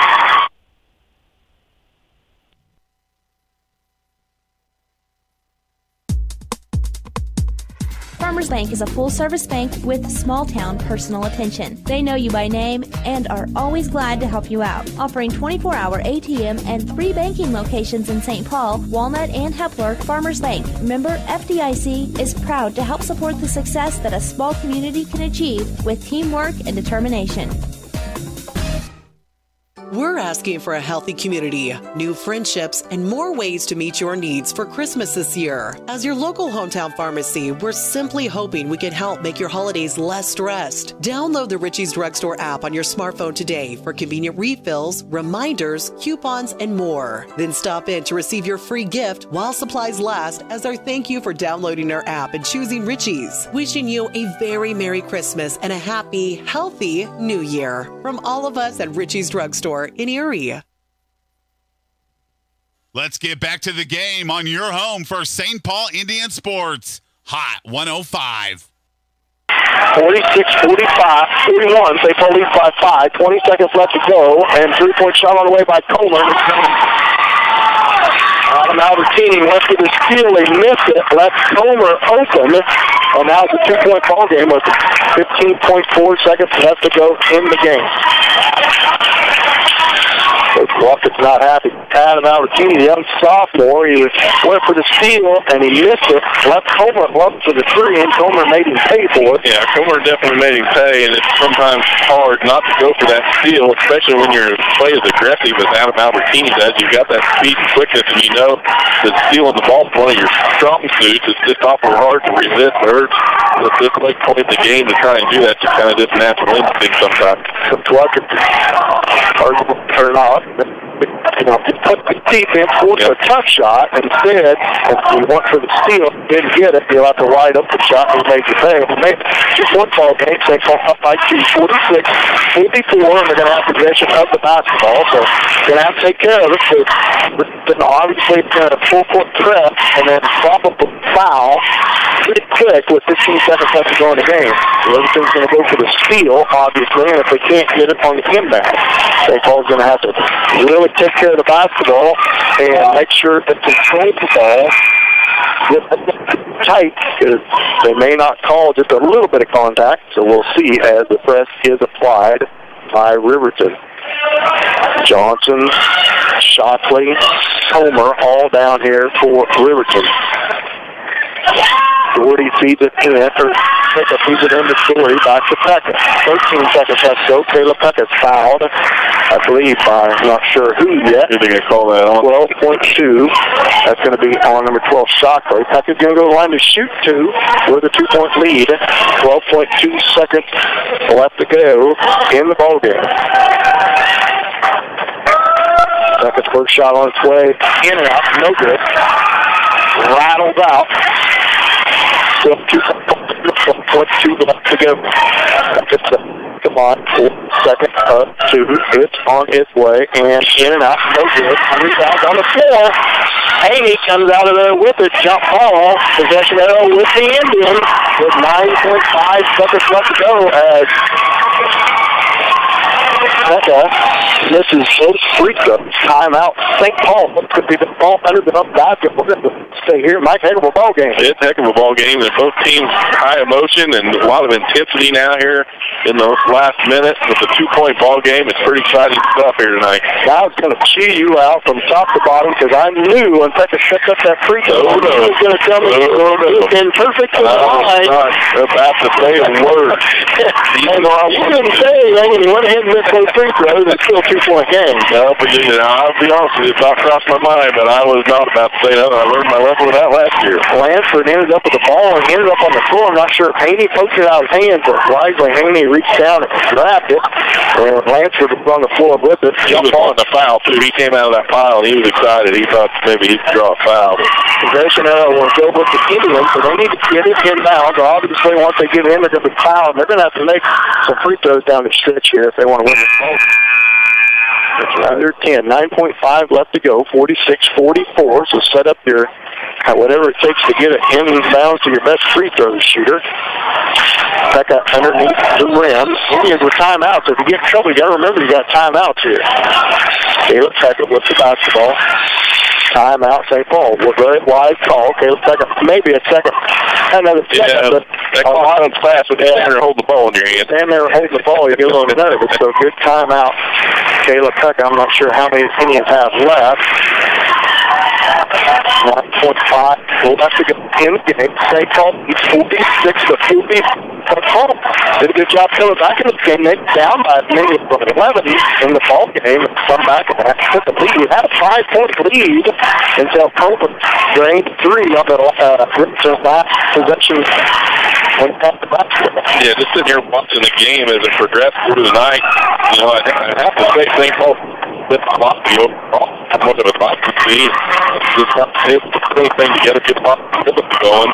But on the other hand, they've been able to make points when they have to get they stood with 9.5 seconds left and a 2-point lead and the ball. So it's they're in a good spot. Need a couple good screens set here on the inbound play as they all line up at the free throw line. 9.5 left to go in the game. 46-44. Indians up by 2.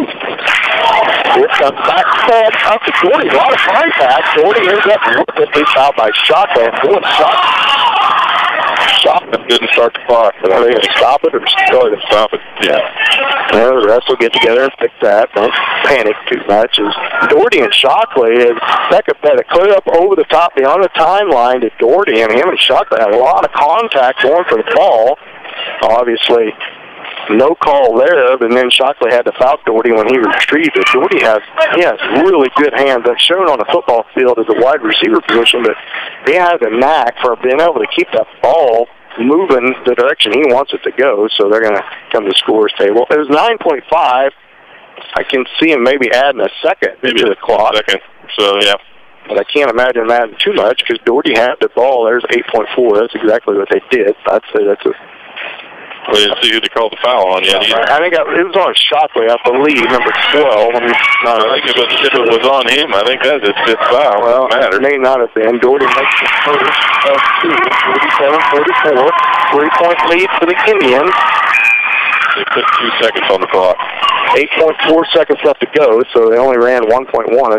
That's probably close to right. As now they tell who the foul is because I don't think the score. There it is. It is fifth foul on Shockley. Yeah, I saw it. Fouled out of the ball game, and they did not tell the scorer neither because she had to buzz the buzzer to find out who the foul was on. So Shockley fouls out. Brown checks back in. I thought it was on him, but until you call it, the scorebook. Shockley, you think he only had 4 fouls, so either way, he just fouled out. 8.4 left, 3-point lead for the Indians. Doherty at the line to shoot to second. It's on its way and good. 4-point lead for the Indians. 7-6 to Zuziak. Gets it to Comer. 3. 2 Comer shot top of the team. No good. Rebound Indians, and they're going to come out of here with a 48-44, 4-point lead for the Indians. We'll be back with your KW Trucking post-game show after this 1-minute timeout. Let's take Paul basketball on 105. When the lights come up on Friday and Saturday nights at high schools and colleges across the region, it's often on a field built by Crossland Construction. Many Crossland employees played on those fields and were educated in the schools that are thriving parts of our communities today. Crossland is a proud supporter of area athletics and urges you to be a part of your local school community. Many of the athletes playing today may help Crossland build across our region in the future. Check out career opportunities at crossland.com. Crossland Construction, build you. St. Paul Tire and Lube, locally owned and operated, offers the small town convenience you love without the big city prices. They offer free pickup and drop off in St. Paul, so you're not left stranded while your vehicle is in the shop. They offer tire repair and also offer oil change and new tires. When you find yourself in need of new tires or an oil change and need to keep going, visit with St. Paul Tire and Lube, 620-449-2323. St. Paul Tire and Lube, proud supporters of the St. Paul Indians. Let's get back to the game on your home for St. Paul Indian Sports. Hot 105. Welcome back to Billy Figure Fieldhouse, where St. Paul comes out with an exciting victory, 48-44. The Indians trailed by as many as 11 in the second half of that ball game and come out with a 4-point victory. It wasn't easy for the Indians, but played well down the stretch to get back into that ball game. Kept running hard, or kept playing hard. As you listen to our KW Trucking post-game show, our player of the derail commodity player of the game, it's a tight race between Doherty and Peckup. Man, Caleb Peckupp's hard to keep anything out of his hands because he does such a good job on the boards. But we're going to go ahead and go with Brandon Doherty as our derail commodity play of the game. Mike, are you ready for final stats? Yeah, I'll run them down here real quick. Brendan Doherty, main reason I think I'm giving him my player of the game is his second half play. In the first half, they'd had him closed down a little bit, but came on strong in the second half, especially at the end. Stuck some crucial free throws there at the end of the game, and so he's going to be our player of the game for D-Row Commodity Player of the Game. Running down the stat sheet real quick, Doherty had 12 points on the night. He was 3 of 7 from the field, but he was 6 of 9 from the free throw line. So good night by Brendan Doherty. Caleb Lemons had 2 points on the night. Caleb Pekka with 12, same as Doherty. Pekka was 6 of 8 from the free throw line. Adam Albertini, 9 points. Adam played a good game offensively and defensively throughout the night, and ended up the night with 9 points. Kenny Haney had 5. Anthony Albertini with 4. Grant Hutcherson had 2 points on the night for St. Paul. So at the end of the day, St. Paul ended up with 31% field goal percentage from the field. 3-point average was not that great. Free throw average was 59%, but they were 2 of 16 from outside the 3-point line. So usually one of their strengths tonight was kind of a weakness. Weren't able to shoot that well from outside, but they were 16 of 27 overall from the free throw line, which probably helped them to come out of here with a win at the end of the game. Like I said earlier, as far as it goes, I think it was a little bit sloppy on the part of St. Paul tonight, but not something that can't be worked on and overcome with a nice break here and give them time to get together and practice some more before we get into league play. But overall, good showing tonight by St. Paul, and it really helps to build the boys' confidence when they're down a little bit. They're able to fight back and in a close game, bring it down to the wire and finish strong and get the win. Yeah, basketball's not a perfect sport by no stretch of the imagination, and it was a good, hard-fought ball game. Riverton, pretty good ball team coming in. St. Paul, pretty good ball club. Y'all could talk about shots we should have missed or things you should have done or shouldn't have done, but the Indians stayed right in there and fought hard and come out with a nice 4-point victory in non-conference, non-league game here before break. So Indians are very easily, both girls and boys, could be perfect on the season. The Indians just a little blemish against Columbus. So a lot of things to look forward to. Pretty good start. Well, a real good start for the girls, of course, but a pretty good start for the boys considering no more practices than they had, Mike. That's right. And on the other hand, for Riverton, Lansford had a big game underneath, and he was a lot of the reason that they had such a strong offense. He ended up with 14 points on the night, and he sank all of his free throws. So, they have some good players on Riverton's team, and I think they'll continue to get better. And there's a chance later on in a tournament or something we may see them again. And as close as they play tonight, it'll be a good game either way if these two teams end up facing each other later on in the season sometime. Sure enough, will, as this is our last KW Trucking post-game show until after the Christmas break. We won't be back till January the 2nd, I believe, Mike. Not even sure who the opponent is. I haven't looked that far ahead, but hope you enjoy your holidays and have a good Merry Christmas. I hope you do the same, and everybody out there listening, I hope everyone has a good holiday season, enjoys Christmas and New Year's, and comes back ready to get into the heart of the season after the break. Everybody be safe in their travels during this holiday season. Have a very Merry Christmas and a Happy New Year, and we'll see you January 2nd. You've been listening to the KW Postgame Show.